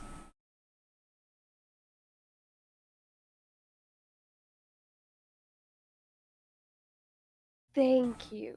I appreciate it. Out of curiosity, purely, and if you don't know the answer, that's fine. Is he still the mantle holder of the god of death? Of the judge of death? Talked to him in a while. I would assume so. It's one of the more noticeable ones when they pass. There's other ones that are a little more subtle. God of lies, god of other things. When a god of death passes, you feel it for a bit. Alright. Okay. Wonderful. Can I provide Thank a you. follow-up? I want to know who her god is. I'm real curious because she has to have a god or be connected to a god in order to see this shit, right? In order to see that place. I'm just curious. I already sat in the Twitch chat saying freaking aspect of Ayun looking ass. With the whole yard thing, I'm getting very Istis vibes. That's my fate. working theory. I'm getting just generalized fate vibes because the fates, especially in mythology, are always with the string or the yarn. Mm-hmm. So I feel like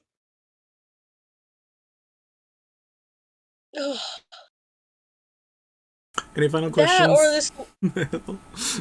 Yeah, I'm gonna Because steal then we're gonna pass over to the stakeout. Yeah, I know. I'm just gonna say, so you've clearly been to that place that they're at before. I got there because of a connection to Selune. How did you get there? We were devout. We? Oh, wait a moment. Hold on. Oh, is she a Devati? That's what I was gonna ask. Bitch! Oh, that makes so much sense. Fuck! Yeah, are you a Devati? Is that part of you?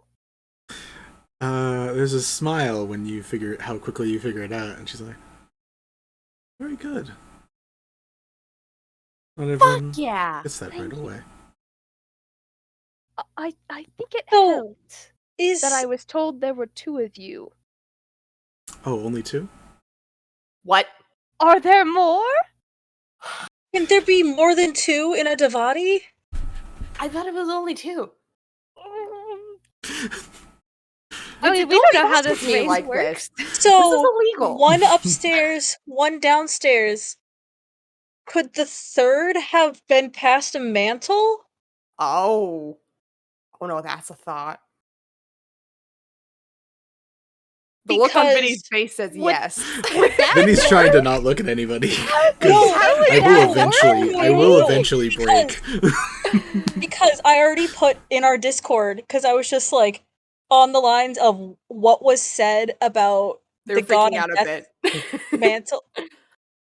I'm keeping my hands together so I don't start hitting myself, because that's what I do. But if someone dies at the same point that a god does, like the exact same point, does the mantle get passed to them? Because that's what I understood from the god of death's mantle being passed. So could that mean Judy is the next Selene? Well, she specifically said, "Oh God, that would be something." I've But been she wondering that specifically since said, last "Right session. place, right time." So there's it like the place also mattered, not just the time. Yeah.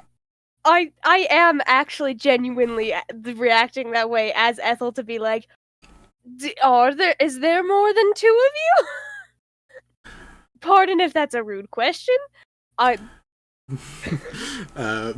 Even Walter's like for a moment's like, what? Like, just like the volume and the way it's said is like, what? Okay. She smiles and says, throwing me for a loop. "There's a Devati are rare in general. There's a rarer form. It's all about having enough bodies to contain the soul. Sometimes there is a rare birth of 3 Devati. And it doesn't happen often, but when it does happen,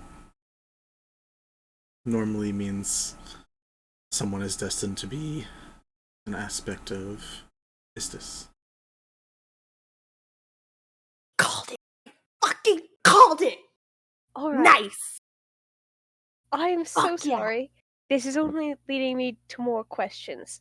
If they get too invasive or too rude, you can stop me. So, Roll an insight check. all right.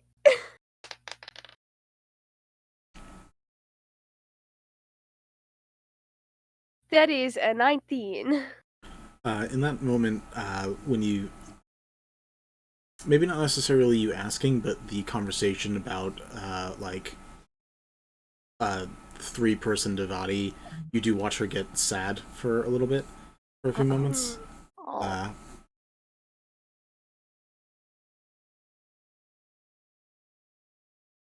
You have.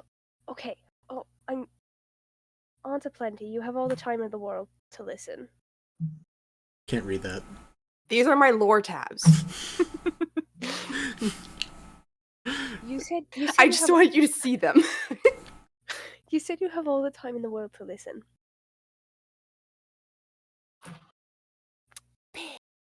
If the third Devati is destined to become an aspect of Istis, have you already lost your third? Oh no, not the third Devati of a 3. The full 3 Devati become the aspect. Oh, that's different. Are all 3 of you? Oh, hold on. This brings a different story to when he was like, "It's just a scatterbrained." Oh, bitch.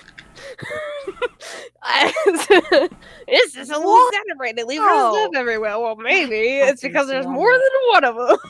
Jeez. Um. Is there one planet side? So do you have all the time in the world because you are Istis? She goes from like having a fairly somber expression to like actually laughing in that moment. Where she says, "No, I have all the time in the world because you guys need someone who has all the time in the world. These people need someone who can sit here. That's what they need down in the Undercity too. I'm not doing anything special here. I do have special abilities, but I'm not doing that here. I'm doing what people need, which is someone to sit and listen, to remember their tale. What people need is something special.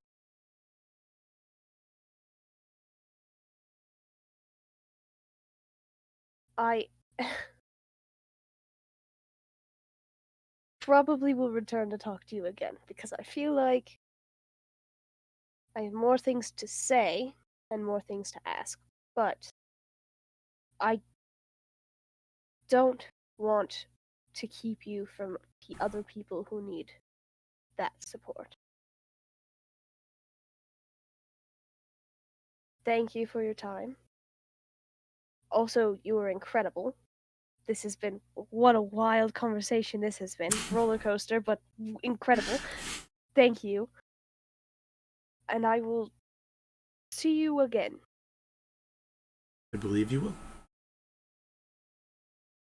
Cool. I'm gonna go. I feel like that was enough. I was like, I have more questions, but maybe we should stop here. We're going to take a break before we go to the stakeout people, just because I need to cool my room off a bit. It's just, I'm so sorry, and other people may have to use the restroom and stuff.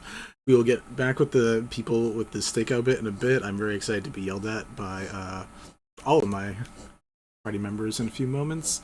Mel's holding it in Alright. till we cut. Be right back, guys. And hang out and have some family time crossover.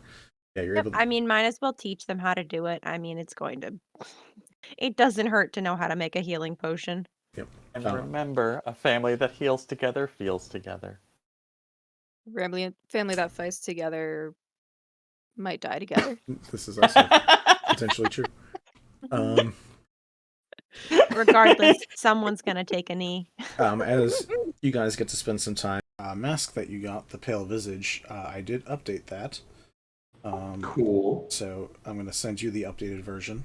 I'm sorry, say that one more time? The mask called the Pale Visage that Lyra found so far back. Great! So, Great. all I had it marked down as, I don't think it had a name as far as I knew. I knew it was a white scaled mask that when I wore it allowed me to do it's a dragon cold scale grip. mask, yep. But it would allow, I could feel something looking through the mask with me, so I didn't use it that often. That really sounds like Tiamat. It really does right now. There. Yeah. You were Fuck Tiamat. so Tiamat could look through your eyes. Yeah.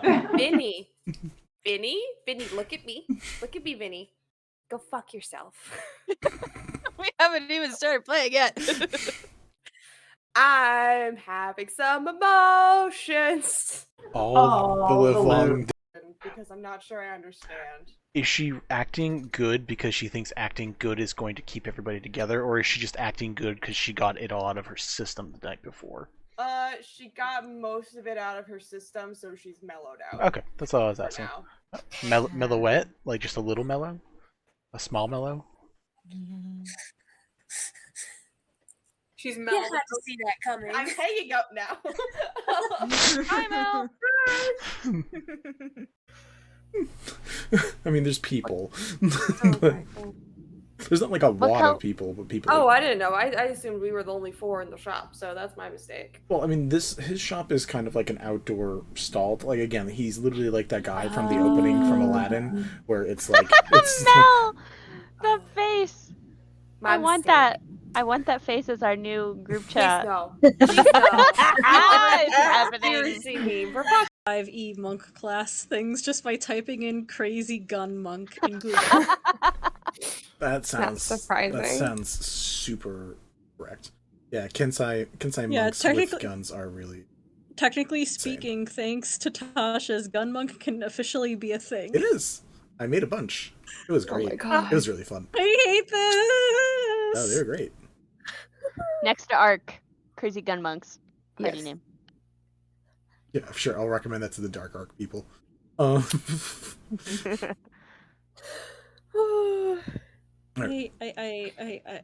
you guys want to go get tattoos? Fuck this. Yes, tattoos. And I would then like a maybe tattoo, Papa. Stab me, daddy. You didn't like that, Connie? I mean, Mel. I got worse. It got worse when when Nova talked. Yes. Yeah, Yeah, I do that. I'm sorry. Round. How are we feeling, guys? I am not feeling good. Just fucking peachy. Cool. Did I take any damage from that real quick? Oh, you took 14 damage. Thank you for reminding me. So happy to help. Never remind him. Hey, did we have homework last night? That was. I'm not drowning. That was, I am sleeping so good. that was kind of the. That was kind of the energy that got tossed out. I mean, not to be a person of a singular track mind, but you know, that's the way that Kind wants to go, is just down that one tunnel instead of splaying out into these other ones. We can always check them on our way back, but Did you just make a one-track mind joke? yes, I did. Fuck off. God. Awful. Fen Listen. meows an annoyance. I give him scritches. George, just happy to be alive. Yeah, George is just hanging out, just George is trotting just along. doing his Goes up best. to Sid, hoping for some pets. Oh yeah, Wait a gets, minute. Sid just picks him up and he's like, "Oh, hi, buddy." Come in." Oh my god. You know what? Temerity's saying that to Asunar. I'm gonna be real. Have you ever held a weapon before? Oh, many a weapon, you would be surprised. I'm not talking You about set your it up. dick. I am not talking about your dick or someone else's dick. I'm talking about something you could... Something...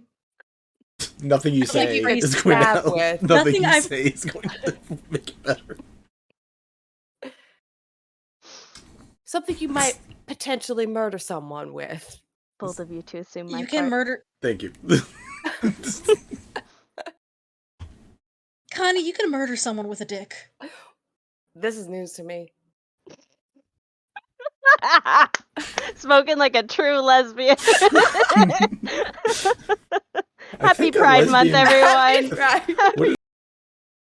The party is lightly interrogated, sees Leon tied up and exhausted. He was in magic people cuffs, like with all the fingers. It was fun. We are accepted into the tribe, given jobs and a place to stay for the night, and instructed to report back in the morning for more stuff. Scaldy runs into her brother, shoots him in the foot. A classic. They do a little Classic talking. Scaldy. Yeah. That moment did become like a defining moment for Scaldy as a personality trait. I do love I remember so clearly, it was like, you see your brother there, and then there's just this pause, and you had to be like, what do you do? And then the pause lingered, and then it was, shoot him in the foot. Just total throwaway. I was thinking of which was the least damaging to shoot. I really want like pixie form of like Eldritch Blast. That's not me, though. All right, Mickey Mouse. First of all, the Ivory Queen has some ways to get us out of the city from here that might be easier to get to than the greenhouse, especially considering how far the greenhouse is from us and the fact that we neglected to remember that the city sells watermelon that lets you see through invisibility and disguise self. So... I'm sorry, what? Yeah,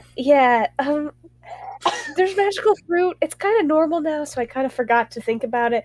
But there's magic fruit that makes you do all wonder of things. It's really, really fun.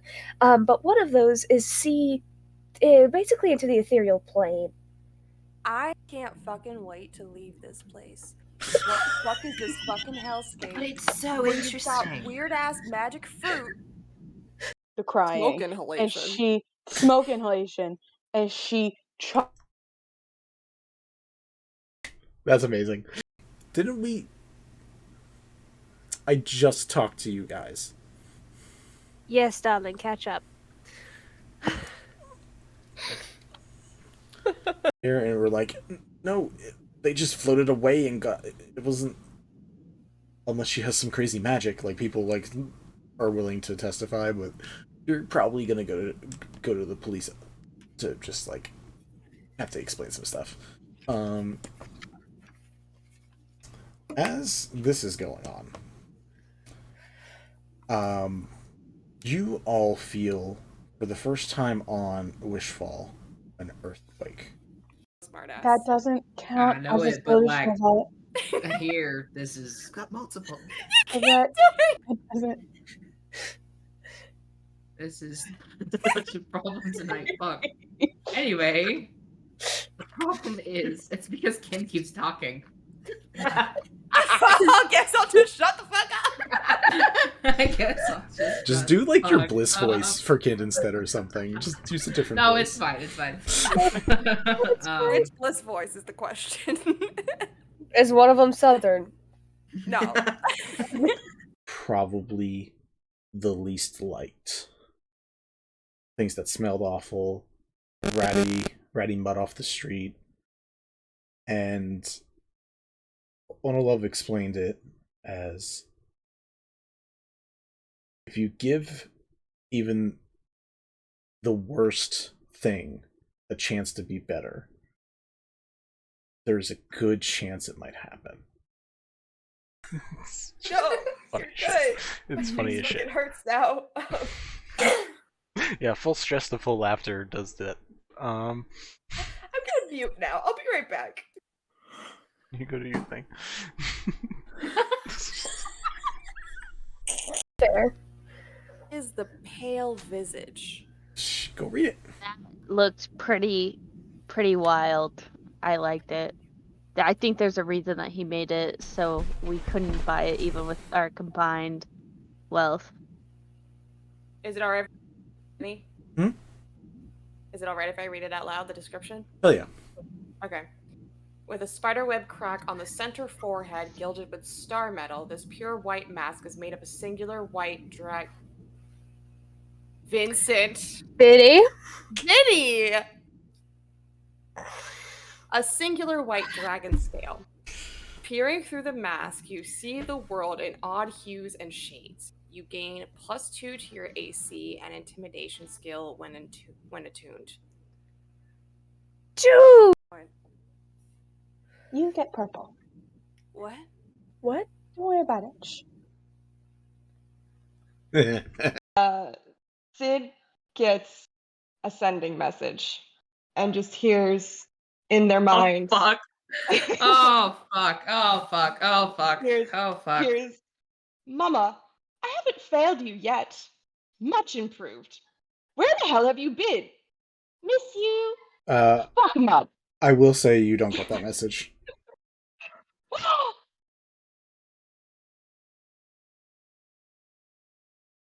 What?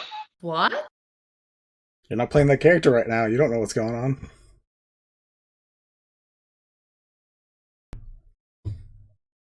Sid, you have a nice daydream about a message from Maybe.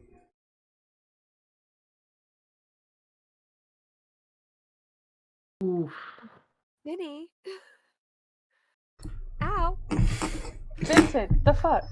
I really want like pixie form of like Eldritch Blast. That's not me though. Alright, Mickey Mouse. First of all, the Ivory Queen has some ways to get us out of the city. From here, that might be easier to get to than the greenhouse, especially considering how far the greenhouse is from us, and the fact that we neglected to remember that the city sells watermelon that lets you see through invisibility and disguise self. So... I'm sorry, what? Yeah, there's magical fruit. It's kind of normal now, so I kind of forgot to think about it. But there's magic fruit that makes you do all wonder of things. It's really, really fun. But one of those is see basically into the ethereal plane. I can't fucking wait to leave this place. What the fuck is this fucking hellscape? But it's so where you've got interesting. weird ass magic fruit. 5e monk class things just by typing in crazy gun monk in Google. That sounds surprising. That sounds super correct. Yeah, Kensai Yeah, monks with technically- guns are really technically speaking, thanks to Tasha's, Gunmonk can officially be a thing. It is. I made a bunch. It was great. Oh my god. It was really fun. I hate this! Oh, they were great. Next to Arc, Crazy Gun Monks. Party Yes. name. Yeah, sure. I'll recommend that to the Dark Arc people.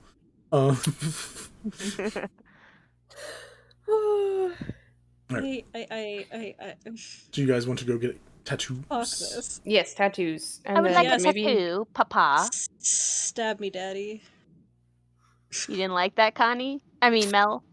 I got worse. It got... Da-da-da-da. We're back. And better than ever, maybe? Oh shit. Maybe. Oh, Cool. Debatable. Debatable. We are going to move to Stakeout Crew, which is Cinn, Asunar, and Hex. Dance with me, bud! I want you to dance with me. Thank you. Wow, that Someone the please. baritone and boost I got from that. Someone please. Clip that. I'm on it. On it. Cool. Where are you guys going to stake out Clyde? Well, I figured he's probably working at about this time, so I could casually bump into him at work. Yeah, you 100% could. Perfect. You could find him back over at Ashen Agriculture in their festival area that they are currently setting up. There are some, again, other people around. Tungsten was the other person who was kind of helping with the planning stuff, but there are a few other individuals. But yeah, he seems to be mainly working security, making sure things are going to be organized and ready for the event itself. So you see the vulture leaves and goes off, circles around, kind of checks out the area as he goes and individually talks to people, checks out individual sets. What would you guys like to do? How would you like to handle this? God damn it, RH. Saw that comment in Twitch. Oh, I was like, what'd I do? I just drinking water. How dare you? No, I saw your comment. Look, none of us have actually claimed that we are good guys. We've just claimed to, like, want to solve the mystery. We claim to be doing our best, and that's it. And what more could you really expect? Mm-hmm. Alright, so, Asana, I'm going to be honest with you. I've seen this guy up close, and when you look at me, you know you could take me down in a few punches. It'd take at least twice that to take out this guy. So I want to play this one a little bit careful. He is busy at work, so all the normal questions and small talk and vibe check-in, I don't know that we're really going to do that. But we do know he's going to be working here for a while. So if we can set up shop in his house, snoop through his stuff, maybe get some clues while he's here. What are you thinking? Yeah, that seems pretty legit. I'm checking my spells to see, because I know two that can help us, but I'm seeing if I have others. Because if we do go to his place of work, I have Detect Thoughts. And Detect Magic? Oh, yes, and Identify. Hell yeah. Yeah, all of that I have quite a bit that can help us. All right, well, let's stop in, say hi, cast some spells, see what we can see, learn what we can learn, and then we'll beat him home by supper time. Cool. Yeah, he's easy to find. He stands out. He's wearing a bunch of armor. He has a giant metallic vulture that comes and lands on his head. Like, he stands out. So like, you can find him real easy. What's y'all's approach? Otherwise, he's walking around and just checking out areas. If you're trying to literally just spy on him, that can be a thing. If you want to go up and actually talk to him, have that as well. I forgot to ask Temerity, what the fuck do I look like right now? So, have you ever seen Lady Gaga on the red carpet? If you say meat dress, I'm leaving No, now. not a meat dress. Well, But maybe yes, it's more. yes, I have. Okay, I we'll am keep gay, it. so yes, I've seen Lady Gaga on the red carpet. Happy Pride.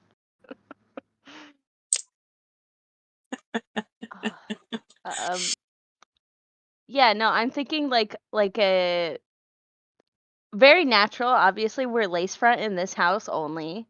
So like a nice like platinum blonde bob that was like very like sharp edges. Looks very nice. We styled it quite well for you. You're welcome. And then just, like I think I would have like mentally channeled my image to the image I had to Hex when he got it. So like a satin white, like pearl white um shirt, like long sleeve button up shirt, styled like really kind of open chested, and like mask. Very nice, very gender. And I don't know, for the pants, like just a pair of like really low key, like black kind of leathery pants. All right. Worst part is I have that outfit in my closet. Yeah. Put it on. No. I have no spoons to change my clothes right now. That is fair. Yeah, so that's how you look. What's our approach? Hey, Clyde, moment of your time. I don't know if you remember me from the other day. Cinn, this is my co-worker, and he looks at Asunar for a second and is like, Ranusa, and we're going to be helping keep an eye this weekend at the festival. So just wanted to introduce the two of you, and if you have any places that you particularly recommend, might be, good to keep an eye on things, or any prep work that you think needs done, we're helping out with the security for the weekend.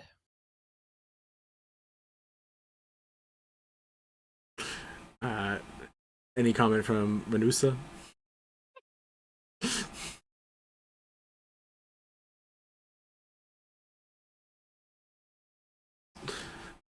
Clyde offers his hand. It's like, yes, son, I remember, I believe it was yesterday that I met you. I remember it is a moon day right now, even though there's no moon out. So it is fairly dark. There's lights out because they're doing the setup and stuff, but like it's a overall dark atmosphere compared to normal. So he goes, shakes hands with you, Cinn, offers a hand to you, Asunar.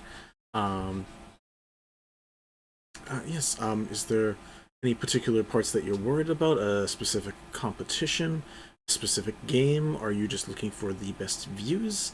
We have a couple high point towers that you could be at if you decided. If you were worried about just the ending awards, there's the stage itself. Again, as I asked before, I'd prefer if you weren't there to bug the judges when the judging was going on, but otherwise that,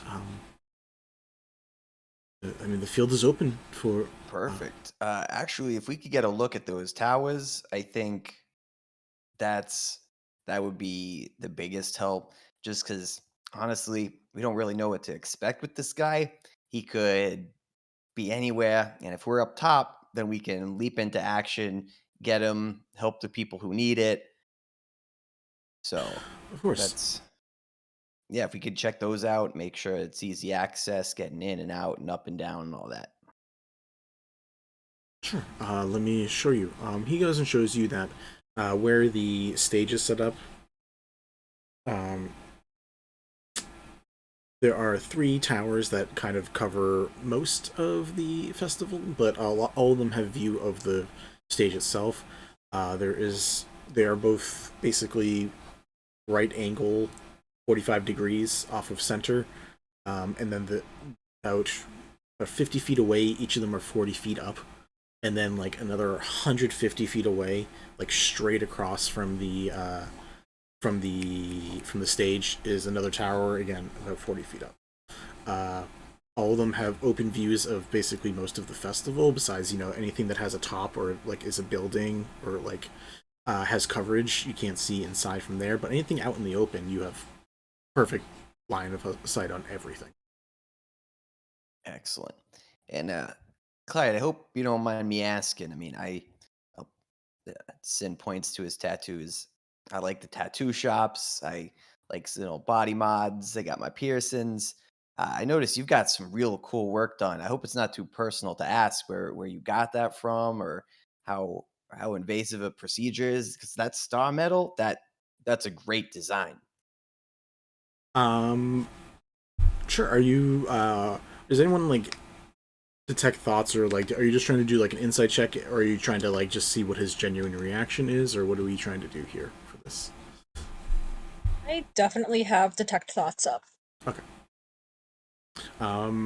Let me know if you are ever pushing deeper, otherwise you're just going to get like basic surface emotions that are on his mind. What you get immediately, Asunar, is like embarrassment. It doesn't show like on his face or anything, but like he has a pretty like stoic expression.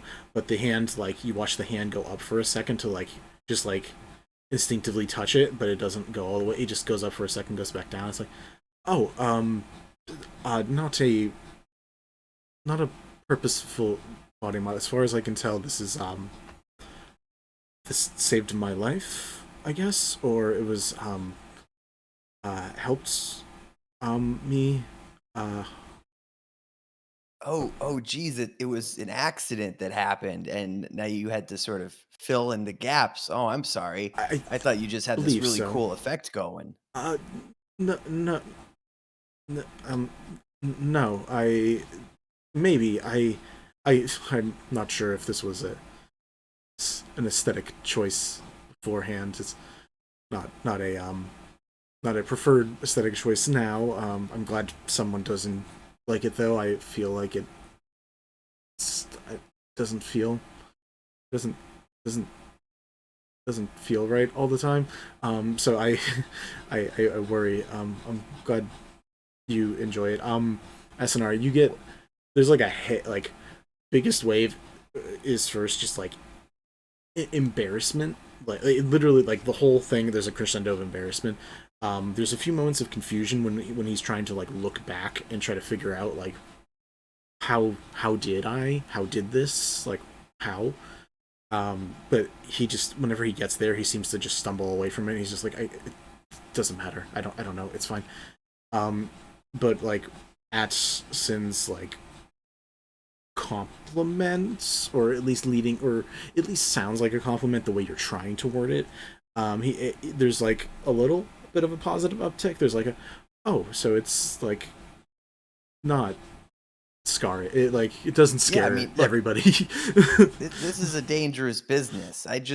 My fucking room was booby trapped. You never know what's gonna happen. So personally, scar tissue, it looks cool, but if there's someone out there in the city who's doing some scar metal work, that's really cool. I'm curious. Like, are there any side effects on it?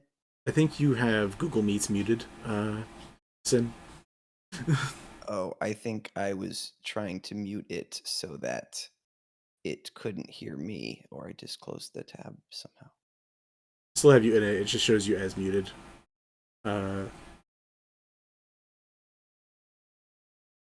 Just that way so we can get captions for you. Oh yeah, make this accent a little bit easier for people. That's a good call. Oh, there's the tab. Okay, I don't want to mute. Perfect. There we go. Cool. Yeah, can you restate what you said one more time? I got distracted by like there's no words popping up. Yeah. Also, Connie, you're in the same boat as well, being muted, and there. Yeah, I think Mel does that on purpose though. For this moment. Okay. Yeah. So. Oh, I wasn't sure. It's cool. Yeah, I was saying we're in a dangerous business, security. My bedroom was like booby trapped the other day. Crazy shit. And if I'm going to be getting all sorts of scars and cuts up, you know, it would be really cool to know who's doing it with star metal, because that's just way prettier than, you know, regular skin. No offense to people who have scars. I've got some on my back. I'm playing with blades all day. But I'm I covered in like that them. look.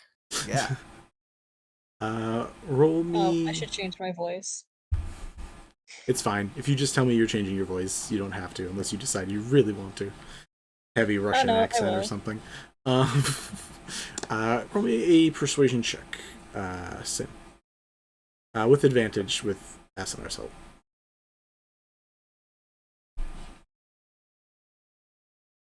Okay, that's 1.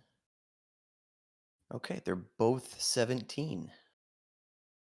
17 total, or is that the total? Cool. He says, it's part of Ashen agriculture industry. When I started, when I got the job again, or I guess when I got saved, repayment, kind of on a repayment plan with this. It's it saved my life as far as I know. So they it's I don't know if this is standard, but it's what the Tingu, one of the people in charge, got it covered for me. It's one of the heads of the part of the Ashen Industrial. He said that this again helped save me, and with it I should be better. And you know, after a couple of years of working for him, they're gonna give me a bit of payment, and then potentially a place up here. I guess I had a place up here before, but I couldn't I couldn't figure out where it was. Yeah, well, hey, let me tell you what. If you're ever looking for a tour around the city, you let me know. I know everything up top. I know stuff down below. If you want to glow, I got your back. Down below. So. Oh, in the Undercity. Yeah, you never been to the Undercity? No, I was told I probably shouldn't go down there in my condition until I'm a little better. I mean, you seem fine to me. I don't know why you wouldn't go down there. That's where all the dancing is. Oh, I mean, yeah, if you want to like ballroom, there's a lovely, lovely establishment where they're, you know, have the nice view of the city and the outside. But no, you got to go to the Rave Cave. It might not be a style. Ethel, did you and Clyde go dancing? We went dancing, although we did establish that Ethel's not very familiar with the Undercity, so I don't know if we danced down there or No, not. I assumed it was ballroom dancing if it was anything. Yeah, we went. Yes, it was a very staple date. Cool. As you bring up the ballroom dancing, Asunar, you feel his mind go a little haywire for a few moments, being like, dancing sounds nice. Dancing, waltz, slow, dancing in the moonlight, in the light. And Cinn, you watch as out of both the wound and the eye on the same side, you watch a black liquid just start like leaking out as a tear and as like part of the wound on his head. They both just start coming out at the same time, and he just starts dancing. I don't think I liked dancing. Oh, no worries. It's not for everybody. Here, let me get you a towel or a napkin. Usually carry some on me from the restaurant. Here you go. Get that right off. No problem. You. He looks very he looks insanely confused in this moment, and just like starts like wiping it away. It stops pretty instantly from the eye, but on the head it keeps going for a bit. So he just kind of like holds it there. Right. You know what? I apologize. I've been interrogating you all day, and you've got this busy job to do. Why don't I let you get back to it? We've got a nice view from the towers here. I think we'll be nice and prepared. But tell you what, if when you're done with your work and your responsibilities and you want to go get a beer or a drink or something, let me know. We don't take you dancing if you don't want to. But I think it'd be nice to loosen up a little bit after a long day. Sure, I'd love to know someone in the city and actually get a look around, see if there's anything that pops out to me, like something that I could actually remember a bit. Do they allow, like, gestures to the vulture? Do they allow pets at like places around here? I really haven't gone out a lot. I don't know if Crescent even qualifies as a pet. You'll be fine. You'll- Depends on where we go. We won't go Yeah. anywhere too high end. I mean, if we go back to where you work at the Jewel Chalice, they've had pets and familiars in there before. So as long as they're well behaved, I don't think that should be an issue, right? I mean, not at the Jewel It's Chalice. gotta be okay. Oof. Oh. Yeah, that was some mic fun. Yeah, Rach, you are a robot. Yeah, you're having some internet stuffs. Robo Rage. But yeah, you offered the Jewel Chalice up, and he's like, I don't think I've been there. I'm willing to try. They're all new establishments for me as far as I'm concerned right now. I am down to try whatever you're willing to recommend. Thank you. I appreciate having someone to actually show me around. Yeah, absolutely. It's my favorite restaurant, and definitely stop by after work. We'll get you taken care of. What time should we expect you? Figure you want to give yourself a little time after work to get settled. He like looks up like he's trying to like read the moon and be like, where is? Oh, I think I have. Oh, we could do someplace closer to you. I mean, no need to make you hike all across the city for me. If there's a place right by, where are you staying? I have the Ashen Industrial has a complex for workers not far away from the Evergreen Mall, which is not too far away from here. It's a nice building. It's got some okay views. It's you can see over to Ashen, and you can basically see here from there. It's not too bad. And like he points not too far away, and the Evergreen Mall, which is basically, again, it was basically a giant greenhouse that was turned into this mall. So you can see like the glass building, and then like right behind it you see what is like an apartment complex made out of star metal, and he just points to like that building, like it's up there. Oh, do you have a room in the upper stories where you get advantage of that nice view? I do. Its top floor is actually really nice. I do. It's actually a really nice view on the top floor. It's nice view over this way. I kind of wish I was facing towards the back though. That way I could watch the clouds roll by as they go away into the sunrise. But facing this way isn't too bad. Is there any chance he thought of his room number? Or any legit about his room living situation when I was asking? He's like, oh man, lucky number 7th floor, room 500. Yeah. There's definitely a hint of the view, which isn't exact, but it gets you from what Asunar reads is that that it is it is the right corner apartment from just the way it faces. You'll be able to find it. You asked enough context clues to get like you're either gonna get his apartment or the one right next to it. You're pretty solid on it. But he was not being like, yeah, 715. Good old 715, my favorite room. Okay, cool. Okay, well then we'll leave you to your work, and yeah, there's a few bars in the area. We won't make you walk too far. And then, yeah, that'll be good. Yeah, I don't mind the walk. Again, exploring the city sounds nice, but yeah. Would you rather have me meet you at the Jeweled Chalice? Yeah, Or- that would be great. Yeah, the city's beautiful. It's always a nice day for a walk. Okay, So yeah, we're happy to have you. I'll be there in about 4 hours, 5 hours. Perfect. We will see you then. He leaves. Asunar, you feel he leaves fairly hopeful. He's actually pretty excited. Awesome.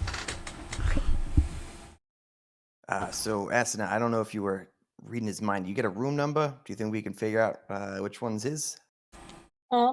I got no room number, but I'm pretty sure just from the view alone that I got from him that we can very, very easily find it. It's on the right corner. Perfect. And I'm thinking if we need to, I can do I have disguise self? I do. I can do a little disguise self, look like him, and if someone can help point him to the right direction.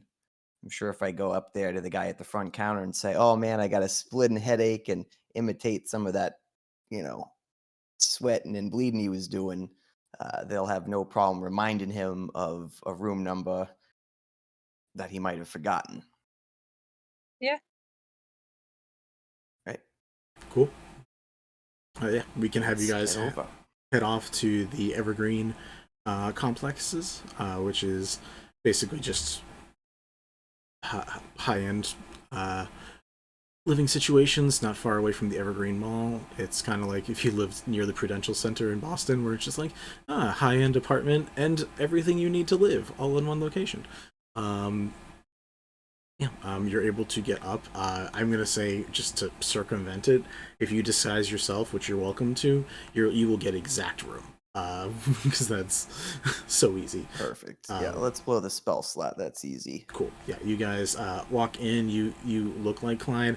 You're able to do the easy mimicry of I head hurts, and you watch the person at the counter. And she's like, "Oh, it's okay, Mr. Klein. No, your room. Do you want me to show you? It's room. We'll just say 715 again, just because we keep tossing that out. It's like it's number 715. I can bring you up there if you need. Or do you need assistance? Looks over at Asunar.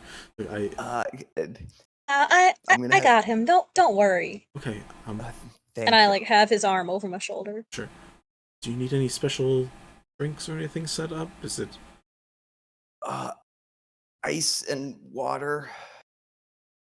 Of course. So you're able to get up. You get up to his room. You are at a locked door. I'm sure you guys have a way through it, but I don't know. I cast knock. Cool. I was gonna be like, I don't know how subtle or not subtle y'all are gonna be. So knock, if I remember correctly, is not subtle. So if you'd like to give me a second with the thieves' tools. You hear a knock within 300 feet, so it's up to you. Yeah, no. I didn't realize it was that loud. So what do I add to make a thieves' tools roll? It's specifically thieves' tools. So dexterity and proficiency if you are proficient. Yes, I am. And if you have expertise, you double your proficiency bonus.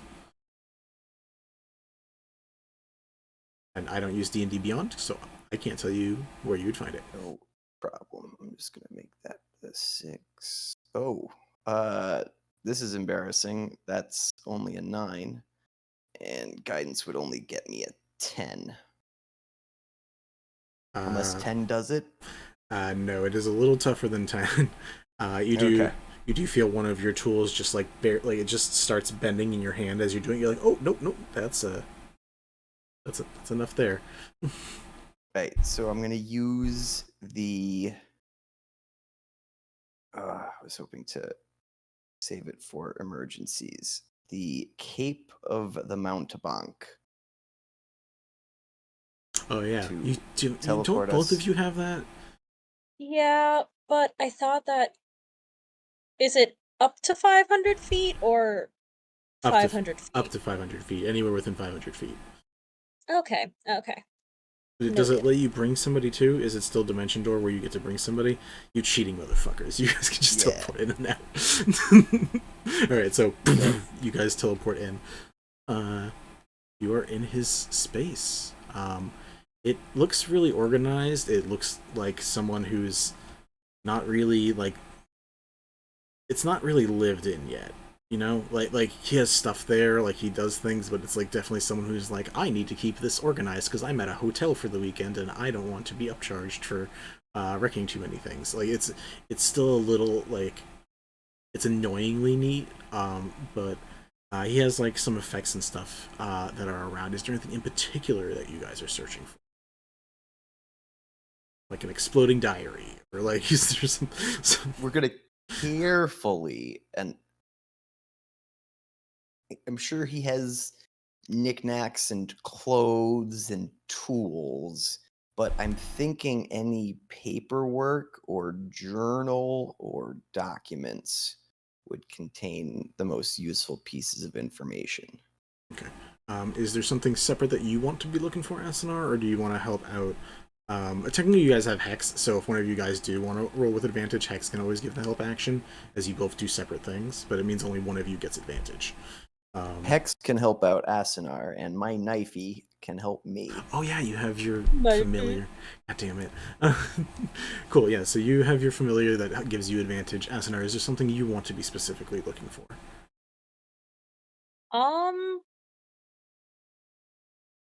I feel like anything that looks out of place is too vague of an answer. A little bit, but if you give me anything like even slightly more specific than that, like, are you like...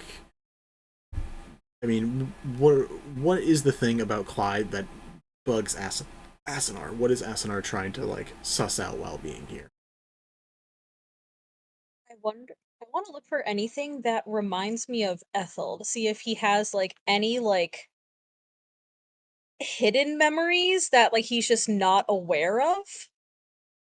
Gotcha. Sure. Roll me investigation check for you, and I think Cinn also, it's an investigation for you as well. Okay. Whoops. Spotify, go away. Fuck.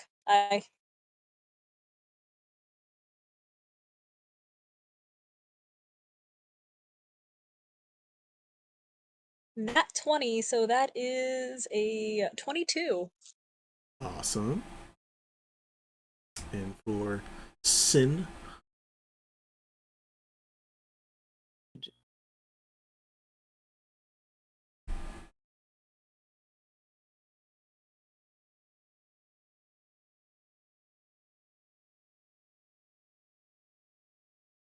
Thank you for redeeming posture check.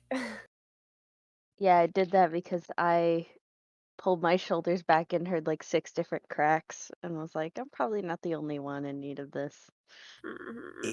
As you can see, I am on my bed, so time to just move my cat out of the way and... Total of 20 with a little guidance. Nice. All right. Cinn, with you, you're able to find...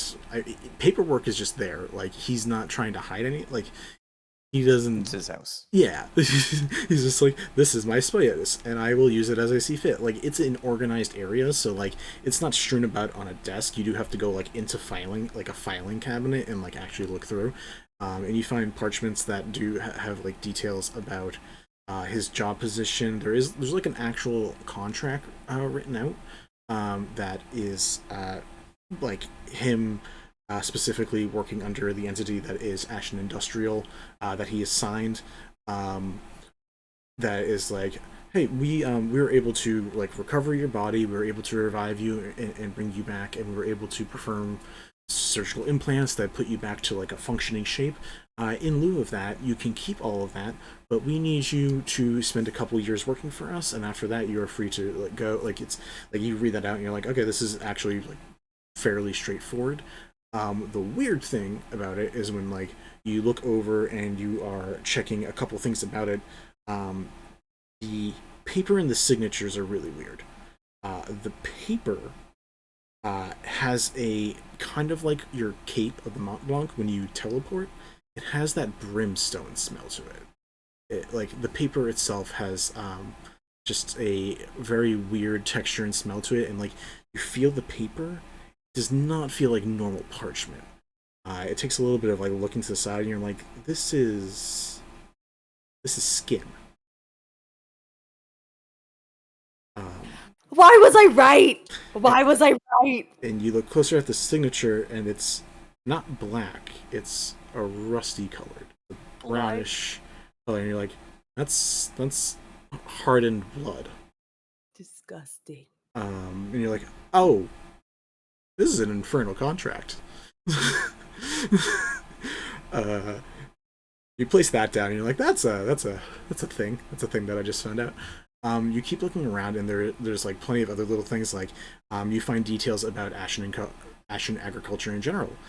Specifically, you learn that they have a bunch of different arcane people hired to take care of the food source, specifically in Wishfall itself, but also in some of their other hubs, where they're using a variety of nature-capable people, so potentially druids, potentially nature clerics, or maybe wizards that are specifically like capable of like dealing with like I don't know. I don't know enough about growing food, but like we'll say food manipulation.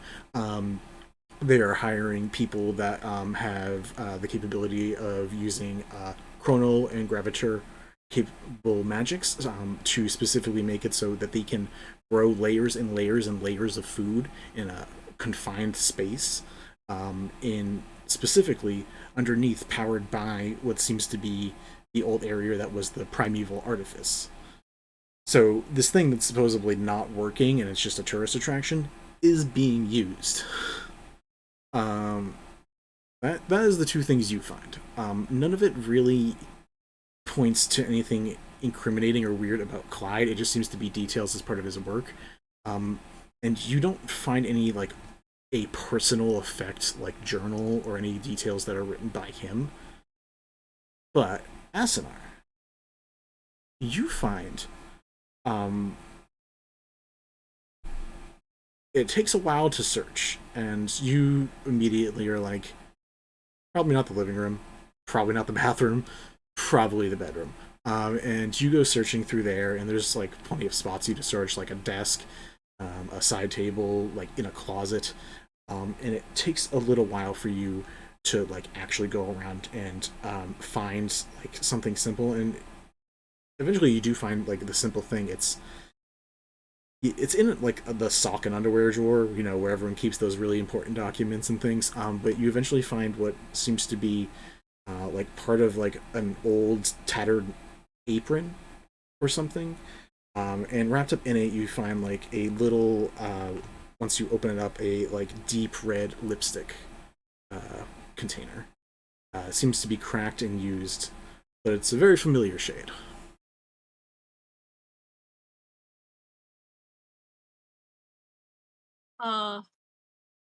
Hey, Cinn? Yeah, don't touch any of the paperwork. I Yeah, what found do you got? something. Yeah. I think deep down he remembers her. Guess you don't forget everything. I mean, yeah, it'd be hard to forget someone as amazing as her.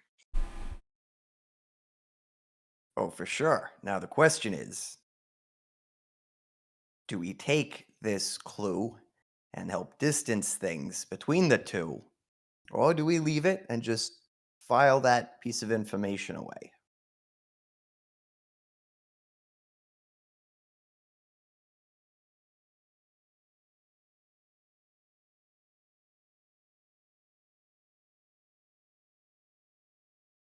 Well, this I'm definitely leaving because she'll believe us if we tell her that we found this. So I just put it back and shut the drawer, make it look like it was not disturbed. And for the paperwork, I'm sure I can we can make some copies of what they say and bring them back, but I don't think we should take them either. Oh no, we gotta leave the paperwork.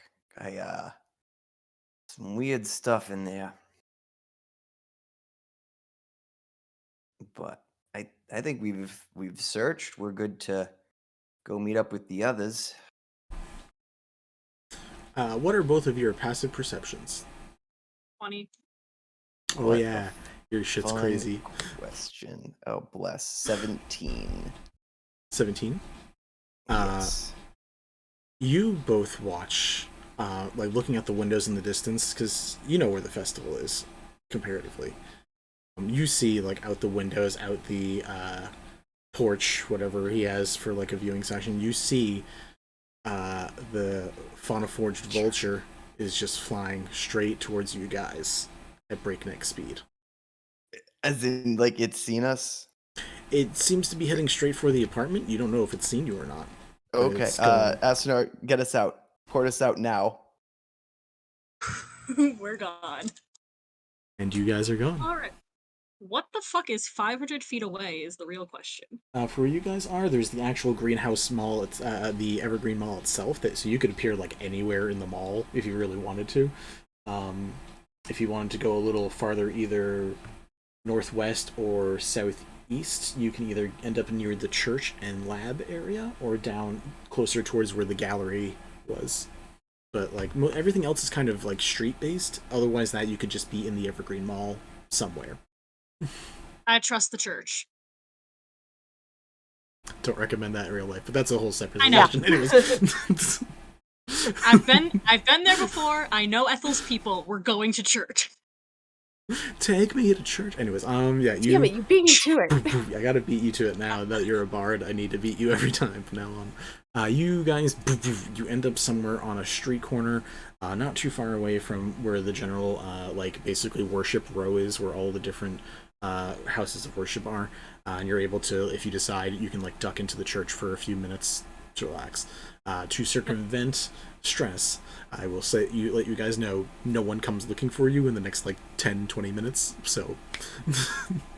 I mean, they'd have to be really fucking good detectives to be able to go after us that fast. I don't know if you know this, this city has some really fucking good detectives. Anyways, cool. You guys get your information. Are you going to meet back with the others, or is there something else that you guys wanted to do while you two have the free time? After that, I think we're going back to the others. I don't want to waste any time getting caught or hurt after a fucking... It's always fucking birds, to take one of my fiance's quotes. It's always fucking birds. I will also say this is a separate thing. Knifey, you know to teleport out.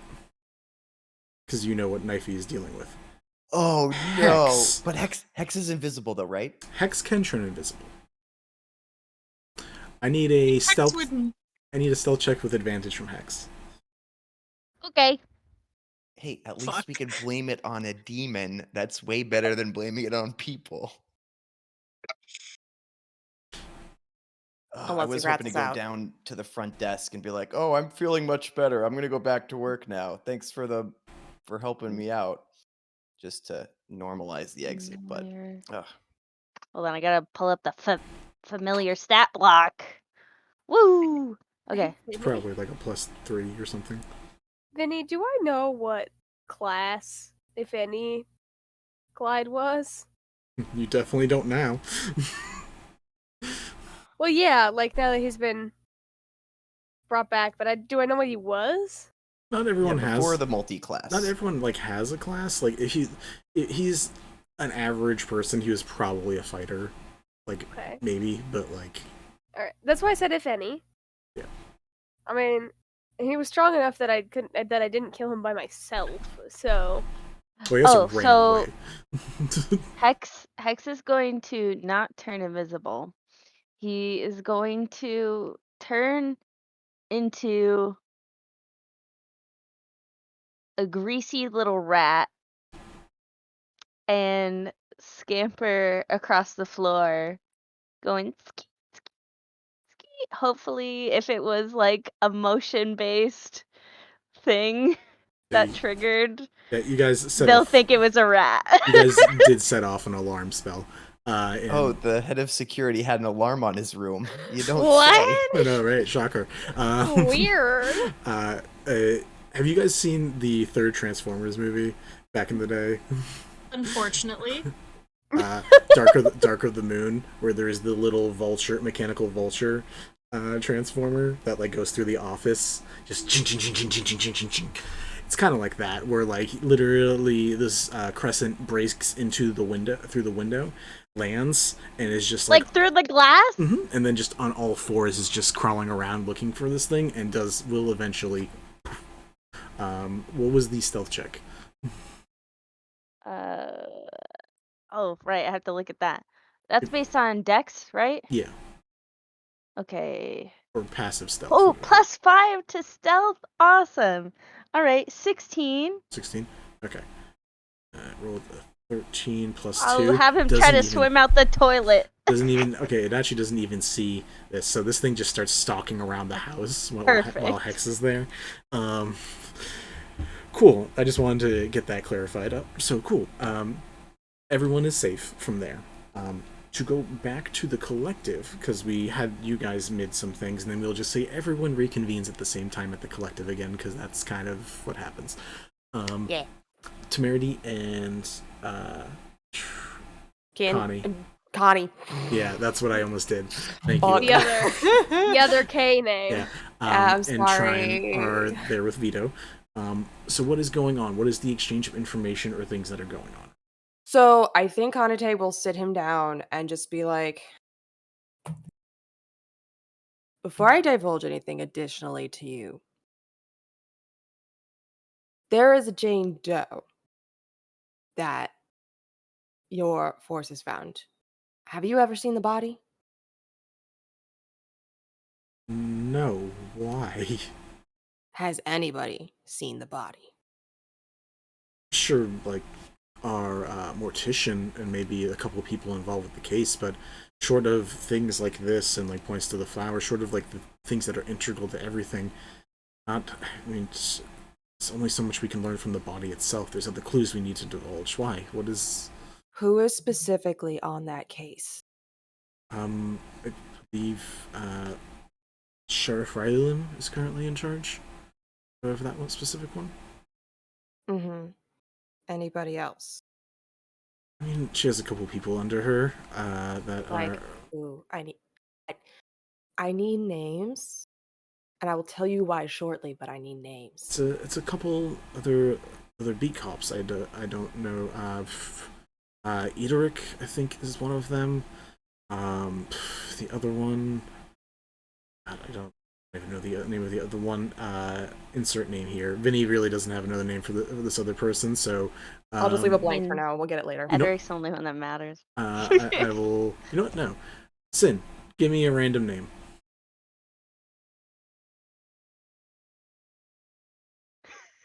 Please don't make it the worst. Make it the worst. Make it the worst. Leth. Leth. Okay. Cool. Thank you. I appreciate you. I was so afraid. I saw the mic slowly come up, and I'm like... So Leth.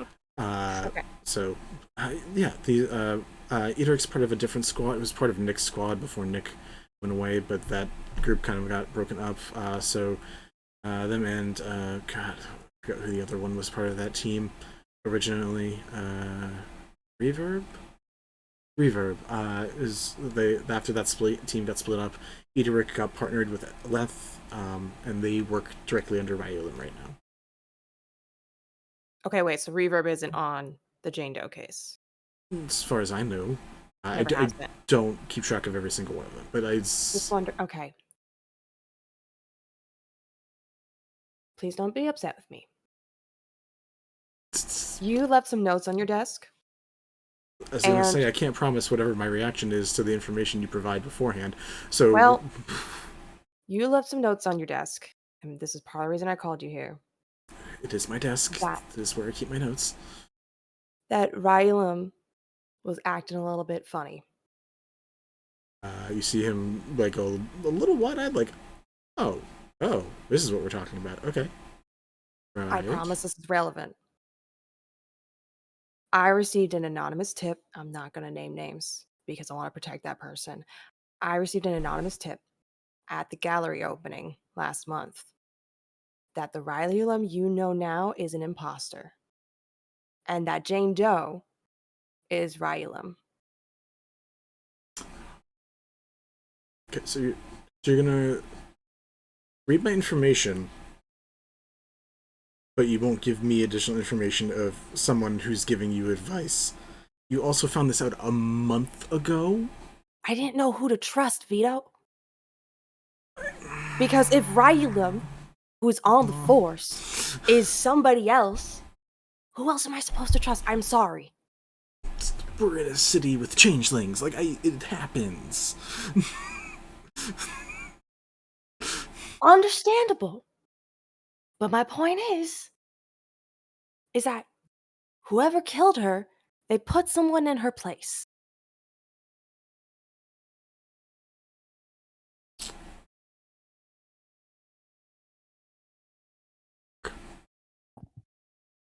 And I'm sorry I didn't tell you sooner, but I didn't know who I could tell. He looks over to Temerity and is like, how much of this did you know? Honestly, if I will be completely frank with you, dearest, I don't really pay attention to most of this stuff. I'm really along for the ride. But I was all for it once we decided to share it with you. I appreciate that. Continue, Connie. Got that dumb bitch-itis. There's like a throb of a vein. It's not directed at anybody, it's just the whole situation where it's just like, my fucking fuck. I slide over a glass of water for him. Okay, so Rylam, not Rylam, which makes sense. She's been acting weird. That makes sense. It makes too much sense, which is really annoying. That person, and Rylam's in charge of the case with Jane Doe. What you assume is Rylam's actual body. The anonymous tip that I got witnessed Rylam's murder. Same exact way as everybody else. You have a murder witness and you're not... Connie. I understand, but they're in a very precarious situation, and that's why I haven't brought them forward. I'm sorry. More precarious than literally the sheriff of our police department. I know. Of our floating city that is isolated from other sources. I know. I can try talking to them again and see if they'd be willing to talk to you, because they also, listen, the only reason, again, the reason we didn't go to the police is because we didn't know who to trust. I do need to know how sure you are, because if I decide to arrest Rylam, and it's actually Rylam, I'm gonna look like a crazy person, and then I'm in jail. Let me talk to my witness and see if they will come speak with you. But only you, because you're the only person I know right now who is questioning her. You're the only person I know. The only one. And you aren't on the Jane Doe case, so you're clearly not covering it up. I was just talking to Malar, too. If that's not his daughter, Malar's going to murder people. Well, not really, but, like, he's gonna go... He's gonna go apeshit, and I understand that completely. I do. I really do. That's a horrible loss to go through. But... Okay. That's... These are the after-work conversations. I'd hate to see what you guys are doing while I'm on my shift. We're pretty sure that all these... Well, I think we discussed this before, but we're pretty sure that all these murders are ritualistic in some nature.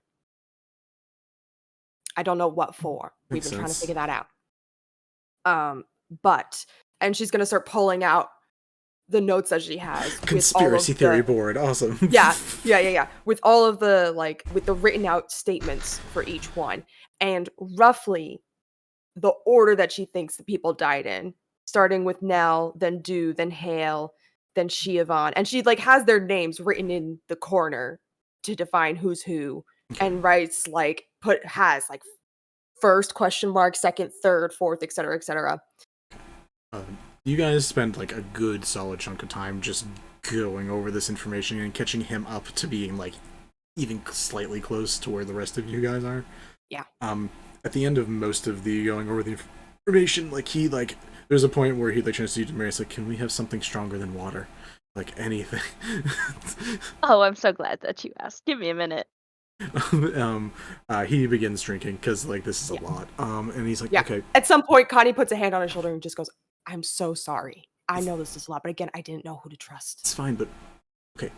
I know where I am in the position I'm in, but then points to you two, and then Trine, who's just been sitting there helping as she can during this, and it's how do I help you guys? Because right now, short of I can't tell other detectives, they're gonna think I'm crazy, or if they're working with her, I'm gonna get shanked. And again, if I can avoid prison and shanking, I would really like to do that.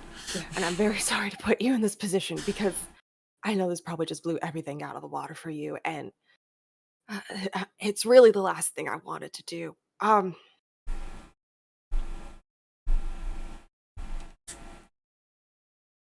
If there is any additional information that you can get us about these people, I don't know what their work was like. I mean, some of us, and she kind of gestures at the room, some of us are more adventuring types, and we all kind of have our own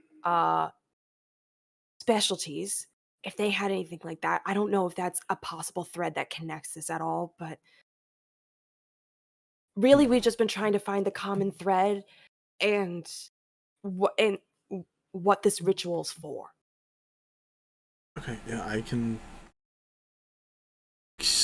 give it a shot. He looks at the stack of information, specifically what you have on Nell that you got from the underground. Is it looks like you have ways to get more information than I even have, though. So I can't do that again. It caused that's what caused our security breach earlier. I did something really stupid. Not gonna ask. Good to know. Basically, we dealt with some retaliation. That's all. Not gonna ask. Yeah. We'll say around this time, as Vito is exasperatedly getting slowly tipsier and tipsier, the rest of you guys rejoin. I kick the door. Okay, you kick. Don't kick it, but just fuck. What the fuck happened? Okay. Before you start going off, just give him a second. Is this I should leave the room talk, or am I staying now? And looking at Vito, my eyes are just dialed in on Ethel, and I'm like, somewhere deep down, he remembers you. This is a more personal matter, but I think you can stay. Just don't worry about it. Just have another drink. Takes a shot, goes into the corner, and is like, I'm here when we need to talk more. You guys do your thing. I'll go over with him. We'll talk to you. We'll talk to you in a minute because we still have some very important shit to talk about. But first. Okay, why do I feel like I'm in trouble? I just got here. You're not in trouble. This is just me being pissed off at other stuff. It's just in my voice right now. Okay. You're fine. You come over. You're fine. You come over to Temerity, and he just goes, "What the fuck?" Give him a reassuring pat. Have any of you guys seen an infernal contract before? A what? What an opener. Skin, signed in blood. I don't know if that's a common thing. I had never seen one before. I assume that's what it was. Have I seen an infernal contract before? Just to, I don't know if there's any reason any of you should have Would seen. would I have seen one accidentally in my research when trying to figure out like sacrificial rituals? Oh, you have been doing a lot of research. But doing a lot of research, I feel like I would have accidentally crossed paths with random shit that Yeah, like I don't ended mind. up being irrelevant. I don't mind that. Am I in one? Never. Not written in skin, as far as you know.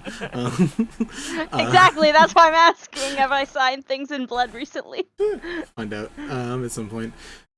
You Kanitae, will say that you and Trine both like lock eyes for a second, being like, "Yep." When we've been looking through books, like this is a thing that is probably at least popped up. Right. Okay. I take out my notebook and I put it down on the table because I definitely like copied down what it said, even if it was like in wait, no, I do speak Infernal. It was in. So yeah. It wasn't in Infernal. Also speak Infernal. It wasn't in Infernal, but like it is very good that you were thinking about that. I assumed, but I definitely wrote down like whatever language it was in. Cinn's got my favorite entrance. Any of you seen an Infernal contract before? Connie's like, but yeah, I put down my notebook and I turned back to Ethel and I'm like, he had a piece of one of your aprons and one of your lipsticks that is the red you always wear was wrapped up in it. So that's fucking creepy. I deep Slow. like I was reading his thoughts and we were talking to him, and surface level nothing came up about you. Like there was some stuff there, but it was stuff like he definitely doesn't know on the surface. Like, just like the sideways glance at Walter because of the conversation they just had with Ethel Plenty. Yeah. Walter's like looking out at the door, being like, you know where he lives now, and it's just like looking back. Well, we do know he's an amnesiac.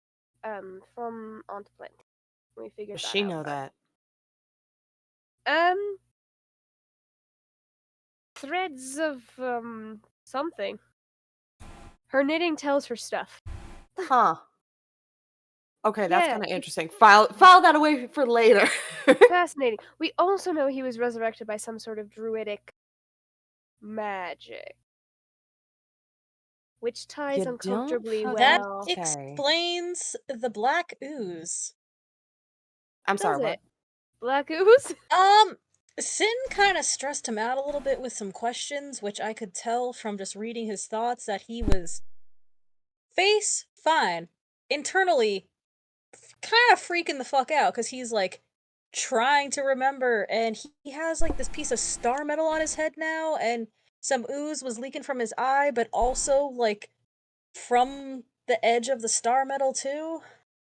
Like, I don't think black ooze should be coming from anyone's body. I agree. I very thoroughly agree with that. Yeah. So, medically, in all my proficiency with medicine, I don't think that's normal. Did you learn anything else about him? Well, if you have more questions, he's coming over to the Chalice tonight. So, I didn't mean well, I don't know, like what's he doing here? He Does he doesn't work really for know. anybody? Basically, after the accident, Ashen must have found him, scooped him up, plopped some star metal in his head, and now he's going to work for them for a few years to sort of pay off the surgery, and then they'll send him on his way. And he's been there for a while, so now he's like all head of security and stuff. It bothers me how much Ashen Industries has cropped up. I mean, what is this, like the second or third time that something has been mentioned about them? Cinn, what was that other paperwork you found? You mean the contract he signed with them? Yeah. Oh yeah, something written in skin, basically saying, "Hey, thanks for all the stitching me back up. I'll work for you for a few years." it's not a bad deal. His place is pretty nice. Mhm. He hasn't quite fully moved in, which is Mhm. sort of weird. Maybe he just moved up into a higher floor because he's been there for so long.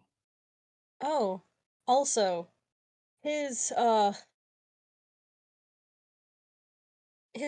his hawk came after us. We escaped pretty well undetected, but yeah. I'm gonna blame that on your ex, because when I see him at the chalice, he's gonna say, "Oh man, this person was disguised self or something and got into my room." Yeah. And then I can tell him, You "Oh, have you my know full what? permission The to do that. same Fuck her. thing happened to us. Yeah. You can that's the collective people. Oh, you didn't Yeah. open any books, did you?" And then it Yeah, came in too but Yeah, soon go before they for could it. plant. So, I'm gonna let just a quick thing. Rach is tired, so I'm gonna let Rach pop off. If anyone else needs to pop off, you're welcome to. I would like to let you guys theorize and discuss a little more. But Rach, great to have you. Please Rach, go. Thank you Please guys. go Hi, Rach. self care. And I have to No, go wash. sleep. I'm gonna boy. Bye. Good night, Happy everyone. birth. Thank Happy you. birth. But Bye. you guys are welcome to sit and theorize a little more right now, unless you guys make like any active choices. I assume it's just going to be you guys theorizing, which I would love to let you guys do it in character. So please continue. I just wanted to give Rach an opportunity to exit, and anyone else who does decide that they definitely need to right now. Yeah, I'm okay for a little bit more. I'm okay for a little more as well. Yeah, I don't know about you guys. I'm gonna keep enjoying the drinks here. I have no need to leave this immediate vicinity or make any big permanent actions. I think discussing is the way to go. Yeah. Question: are they putting all the bodies from the people who are being stabbed in one place? I mean, some of them have had funerals at this point, so they've been buried. Have they been? Ethel's gonna look over at Vito. Have the bodies been buried? The ones that have had at funerals? I applaud you for actually checking with someone who would know. Because like some of the bodies we still keep in autopsy, and some are at the morticians. I think I'd have to double check. I think only one of them has actually been buried here, because we do, in general, try not to bury too many people here because there's only so much room. The rest do get their bodies are cremated by going off of the last tail. Cremated. Was Nick cremated or was he buried? I believe Nick was buried. Okay. Right. So Nick had a Thank funeral, you. but any of the rest of them? I mean, they've Oh God, had, what if they could have actively had funerals and not, funerals one Been thing, and then after that, whatever is done with the body afterwards is a discarding the separate body? thing. Yeah. I see. I was just making sure that there wasn't like a graveyard right side of Ash and Industrial where they could just yoink bodies, throw some star metal in there, and have an army. Is there anybody else that works in the mortician's office, Vito? Cole is the main person down there. I can double check. I'm sure he has like an assistant or two, but Well, because I'm wondering if Jane Doe is still on ice, or if she's been cremated already. That'd be a great way to prove what's going on. That is fair. As if you, this is also Vinny saying, if you write that down for me, I can double check on that. As in, that'll be one of the things that we can do next time. But yeah. Vinny, out of curiosity, I know I'm asking a lot of questions about this, but did Clyde work for Ashen Industrial before? No. Okay, great. I don't know what he did before, but it wasn't Ashen Industrial. That's fine. I don't know either. We can figure that out later, but the important part is it wasn't for Ashen Industrial. I'm curious why Ashen Industrial wants Clyde anyway. Why they would bother bringing him back as an amnesiac, was that intentional or not? If it has anything to do with all of the other druidic stuff going on right now. Right. My concern is that if it does have to do with all the druidic stuff going on right now, that probably means it also ties into Selune, and it probably means it also ties into Ashen Industrial. When Selune was attacked, Yes. did you see anything? Or was it too fast? It was a shadowy thing. That's all I really know. So it could have been Char, or it could have been Literally anything. Can I roll, Vinny, history, insight, religion, one of those, to tell the likelihood of it being Shar? Because I don't actually think it was Shar. Like, Shar had animosity, but I don't actually think it was her. Roll me. I mean, from what you saw, you most likely won't be able to tell. If you want to roll something, just a straight intelligence check. Okay, alright. I was gonna say, that's why I'm kind of leaning towards insight, is because, it's, that definitely fell off the thing. We'll try that again. I don't know. I'm pretty certain. Fair enough. That's, how many 2s have I rolled in the past couple of days? A lot. A lot of A them. lot yesterday. A lot of 2s. Straight intelligence? Yeah, that's a 6 total. Yeah, no. It was a very quick moment. You were mid-conversation. You were having a pretty decent conversation before Selune was like, get the fuck out. Yeah. So, like, there's I don't think there's any way to tell based on what I saw. Mm-hmm. I suppose I could try to go back a third time and try to find out, but I don't think that would be very smart with my actual connection to God not being functioning. And also, I don't even know if it would be possible with my actual connection to a god not being functioning. However, I will say, Aunt Ubuntu said something about when a new mantle is happening, all of the gods come together and form a sort of truce while the mantle is being placed. Now, I don't know. So do you think maybe you could join the gathering? Get some answers? That's Crash an the party? interesting question. I do not know. We also don't know when a new mantle is being placed, so like the timing on that would be wildly coincidental. However, that good thought. I mean, I guess that's a more specific question. Do they immediately converge and start trying to make this happen, or do they like take a break? A crapshoot. Mm. Quoting directly Okay. what Vinny said. I mean, so you've ended up at this lodge or whatever before. Surely you can, even if Selune isn't the one you end up talking to. I don't know if I can go there without having a direct. I can try. I can always try. I don't think it will hurt me to try. I'm Hopefully, getting it won't wildly hurt me. curious. I'm really not gonna lie. I'm also very intensely Half a curious. mind to try myself. Hey, Probably Ethel. a terrible You idea. should. I think the statistically more than one of us trying is actually more likely to get it to work. Maybe. Yes. With your god cut off, you're probably gonna Yes. have a hard time trying to do that dream state sequence. Do you have any friends in the other temples who could talk to their god and say, hey, maybe hurry up with the Selune business? Business. How is Vito reacting to this conversation, by the way? Is he sitting in the corner listening to us talk about dead gods? Yeah, okay. Figured as much. He's like, what the heck is He's like, this is too much. This is above my pay grade. I can't be bothered. It truly is above his pay grade. Vito, we won't make you break into police headquarters and look at the autopsy body by yourself. We'll send backup with you. Don't. Should I bring him to the conspiracy wall in my room just for little connection's sake? Oh, we have that on like a board, right? I can. No, it's straight up on my wall. Oh well, shit. I mean, we can show him after. I think he's already a little overwhelmed. I wasn't sure if he wanted a break from this conversation and just stick to the druidic bullshit. Yeah. I'm willing to bet that normally when people invite Vito back to their room, it's not for conspiracy boards.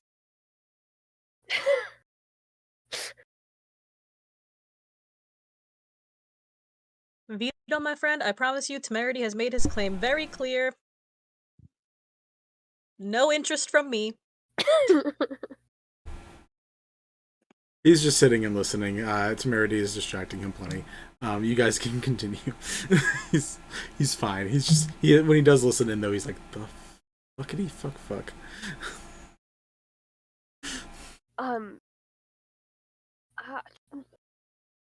I don't know if I can get back, but I can try. I don't know about any friends in other churches. I am sure we've done some sort of connection building because we all work in the community. Well, yeah. I mean, I assume all the other temples, you're probably all buddies and friends with them. Like, when, something goes wrong, they're probably over there trying to offer a helping hand. How many of them do that, Vinny? Because we've got, like, clear animosity with Shar. Are there people who like, oh yes, this church is having a hard time. This other church, we're gonna go help them. Like, it'd be, for lack of a better term, awfully Christian of them, but like, not that exists in this world. Yeah. But also, like, does awfully it happen? Christian has a real different meaning for people who have dealt with Christianity. I just mean Yeah, in the truest. it sounds like they are. In the truest sense of the word, of people who, in the truest sense of actually following the teachings, that's what I was indicating there. Sorry. Fair enough. Reality shows a different story. There is 1, 2, 3, 4, 5, 6, 7, 8, 9, 10, 11, 12, 13, 14, 15, 16, 17, 18. At least 18 houses of worship in the city. That includes Selune, Helm, Merkel, Shar, Timora, Ogma, Lathander, Umberly, Istis, Mistra, Kadi, a bunch of them. There's a bunch of them. Some of them are relative to things like a specific element. Some of them are a specific type of like technology or writing or stuff. But in general, like, I mean, depending on what their alignments are, there's enough variety in alignments that if like something's going wrong, like the Church of Lathander and Istis are probably going to be like kind of helpful at the very least, where like, the Church of Merkel, which is a church of murder, is probably not going to be doing a lot. The Church of Merkel is probably real happy right now. I was wondering why Actually, that sounded so fucking familiar. I was like, Merkel. Yeah, I don't know if you guys have checked the Gazetteer, but if you ever check all of the houses of worship, there's some weird gods there that no one's ever checked in on. I mean, I checked the Gazetteer. I just haven't done a lot of like extra searching. In the houses of worship, Ethel? In I mean, the literal god stuff? This is Corinne. Corinne has like not had the time or mental space to like look into that more. No, that's fair. I'm just saying it exists. To answer the question, yes, some of the other houses of worship, especially ones of like life or goodness or health or peace, if stuff's going on, are going to help out. The ones of like murder and mischief and lies and torture are probably going to just watch and enjoy. Like, it's so cool. Yeah. So I have some friends in the other like we interact. When you don't see people on as regular of a basis, it's harder to form long-lasting friendships, and I don't know if you've noticed Cinn, but I'm a little bit of a homebody. Well, hey, I didn't mean to call you out. I mean, asking someone to talk to their god to help your god out, that's a pretty big ask. And I don't know, you'd probably have a lot of acquaintances and people who are nice, so you could, eat a meal with, but, asking them to people. do that's a whole bunch. I haven't done this in a while, but I'm actually a follower of Umberly. What? I didn't know you were religious. Yeah, Ethel, which one is that? I will tell you in a second. Yeah, my mom, even with being a drow, she comes from a coastal city, so Umberly was very popular on the coast because of all of, the water and stuff. What kind of god was she? Is she? Sea goddess. Sea god. Sea goddess. Oh, that makes a lot of sense. Okay. Yeah. Okay. So I hold up my star metal ring on my hand. This fucking fly! Stop flying into my mouth while I'm speaking. God damn. It's been happening Sea all goddess night. was not incredibly friendly to sailors. Yeah, try As a and side note, try and not laugh. very nice. Yeah, try and laugh is like your goddess is the sea bitch. That is a name. That is her name. Yeah. That is literally her nickname. I mean, she's. I I got this wouldn't star call that metal. to her face. Maybe she likes it. I got this. She might. I got this star metal ring from her, and I got it right before we actually met Connie, and oh, kind of why I think my fights have gone pretty well. Oh. Yeah, I think I'm in her favor. Oh. People don't give rings to their enemies. I mean, she got the ring from her mom. From her mother. But my mother got it from Umberly. Oh, what? Yeah. Oh. I did. You know, honestly, that tracks, but it just like, damn. I mean, Well, I also okay, get then, I also get my fighting from my mother, so Okay. I like to say I take after. Uh-huh. Right. I mean, if you want to try talking to her, I mean, be my guest. Just be careful. Good Yeah. luck. Take a deep breath. Oh my god. Yeah. And then hold it, because she is the sea goddess. And so, you know. I think I'll be fine. But Ethel, you could say bitch. It's okay. Boo. Or sea hag. That also works. Oh yeah, that works too, doesn't it? I was actually fumbling for the for the word goddess, but thank you. But yeah, I may need your help setting up a ritual meditation then if we're gonna be doing that. 'Cause God, I don't know the first stuff about doing that. My mother never really delved in that much with me, but I bet you there are books that will tell you how. Here. I'm sure we can find There's some. also a house of worship. There's also an entire church for it. Yeah. We'll figure it out. Ethel is straight up. Ethel. Oh gosh, this is such a her thing. Anyway, Ethel's gonna straight up. She's gonna put her hand on your shoulder. She's gonna be like, "I will go with you if you want me to. You came with me to mine. I'll go with you to yours."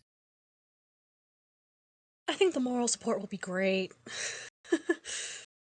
It is It's, awkward to step into a new church of worship when you don't know anyone there, and there's a faith you are unfamiliar with.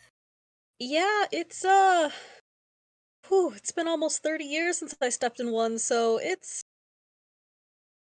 interesting. I started fighting in the arenas when I was 14, and that's kind of when I stopped going because I did that full time and was traveling on the road, and finding a place of worship on the road is not always easy.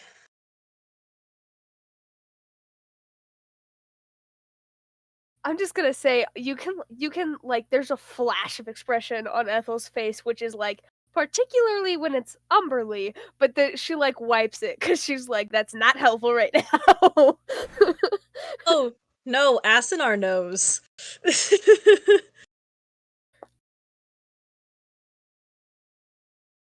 Are we all trying? Are we all trying now? Because if we're all trying, that would be very interesting. Well, who else is going to try to pray to what? Like, who is Cinn gonna pray to? Who is Connie gonna pray to? You two make sense because you've had religious stuff in your backgrounds. I don't know. I feel like Connie would be curious about Istis, especially after learning about Anta Plenty and like her like literal story weaving, basically. That kind of interests her. So that it's kind of a vibe. So I feel like she would want to try Istis. Saying you want to pray to somebody? Is there a god like a cooking god you want to try to? You do not have to. A minor Ethel's cooking being deity. overly excited. You're also muted. Is Agma the god of knowledge? Yeah. He's one I of think them. that's the go-to for, hey, I have some questions. Mm-hmm. Cool. All right. Oh, so follow-up everyone's question. picking a god to pray to. Yeah. We'll get to that next session. That'll be fun. Follow-up question. Connie took a beat. I just want to clarify this really quick. Connie took a beat to show Vito the cases or the flower collections in what she believes is the correct order. Does Vito have any corrections to that order in terms of who was found dead or determined dead earlier based on like Okay. autopsies and stuff like Can that? you give me the order you have? Because Okay. I don't remember. Off the top of I my have the head. order. For alleged first, Mhm. these are all alleged. First is Nell, second is Dew, third is Hale, fourth is Shiavon, fifth is Rylam, sixth is Lonnie, and the last two are Nick, followed by Judy. I'm pretty confident about the last three, considering we witnessed all of them, basically. Yeah. But as far as I also the first know, 5. as far as Actually, Nick and Lonnie could be swapped because Lonnie was inside and Nick was outside. They died basically roughly at the same time. Yeah. It was Lonnie first and then Nick, but like Okay. that was. Their flower is also the same. But yeah, no, that is good clarification. As far as I can remember off the top of my head right now, that is the correct order. So that is Okay. what Vito will tell you, because that is Okay. he knows what I know. He's just more confident about it. Okay. But yeah, that's definitely all right. So I guess the next session we're starting with everybody trying to go pray to God and just see what the fuck happens.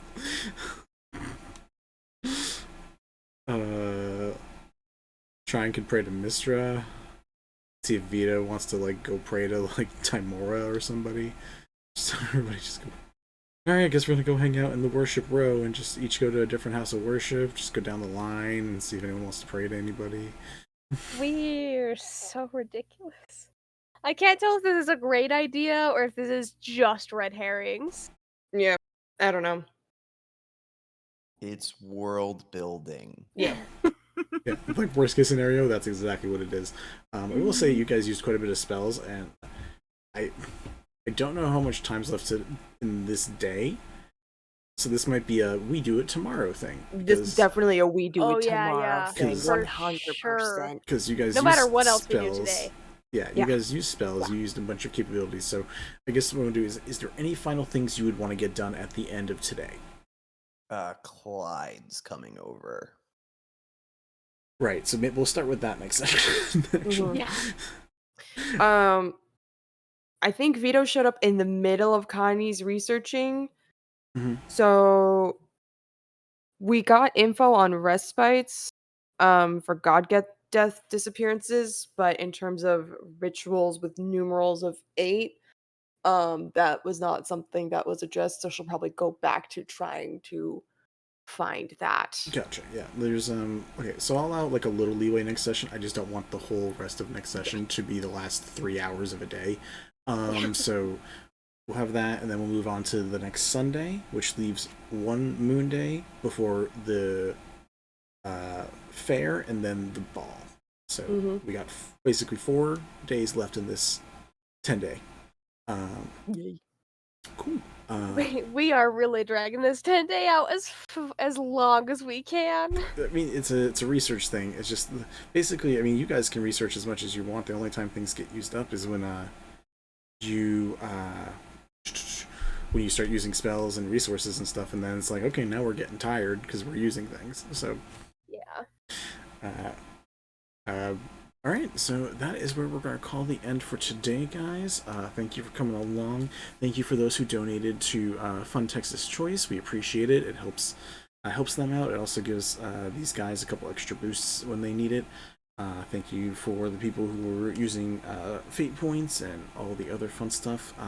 Tomorrow we have Fire Arc Reheated, as they begin catching up on what they're going to deal with Ovali and help that city recover. And then Friday we have Glitter Hearts coming back. Next Sunday I will be photographing a wedding, so we will not be doing Light Arc that next Sunday, but then as far as I know we will be doing it every Sunday afterwards, unless there's any discrepancies otherwise, unless people want to do a real late night session next week when I get back from a wedding at 9 p.m. Yeah, that's what I thought. So thank you for coming. Have that fallen Monday off. I don't care. I mean, if everyone has that following Monday off, we could talk about it. Well, that'll be a thing we talk about afterwards. Anyways, We will, if we have a last minute light session, we'll put it on the Discord. Yeah. Yeah. So if you want to catch that, go there. And also Instagram. Either way, thank you for coming, guys. We appreciate your support. Stay safe, stay respectful, and we'll see you next time. And happy Pride.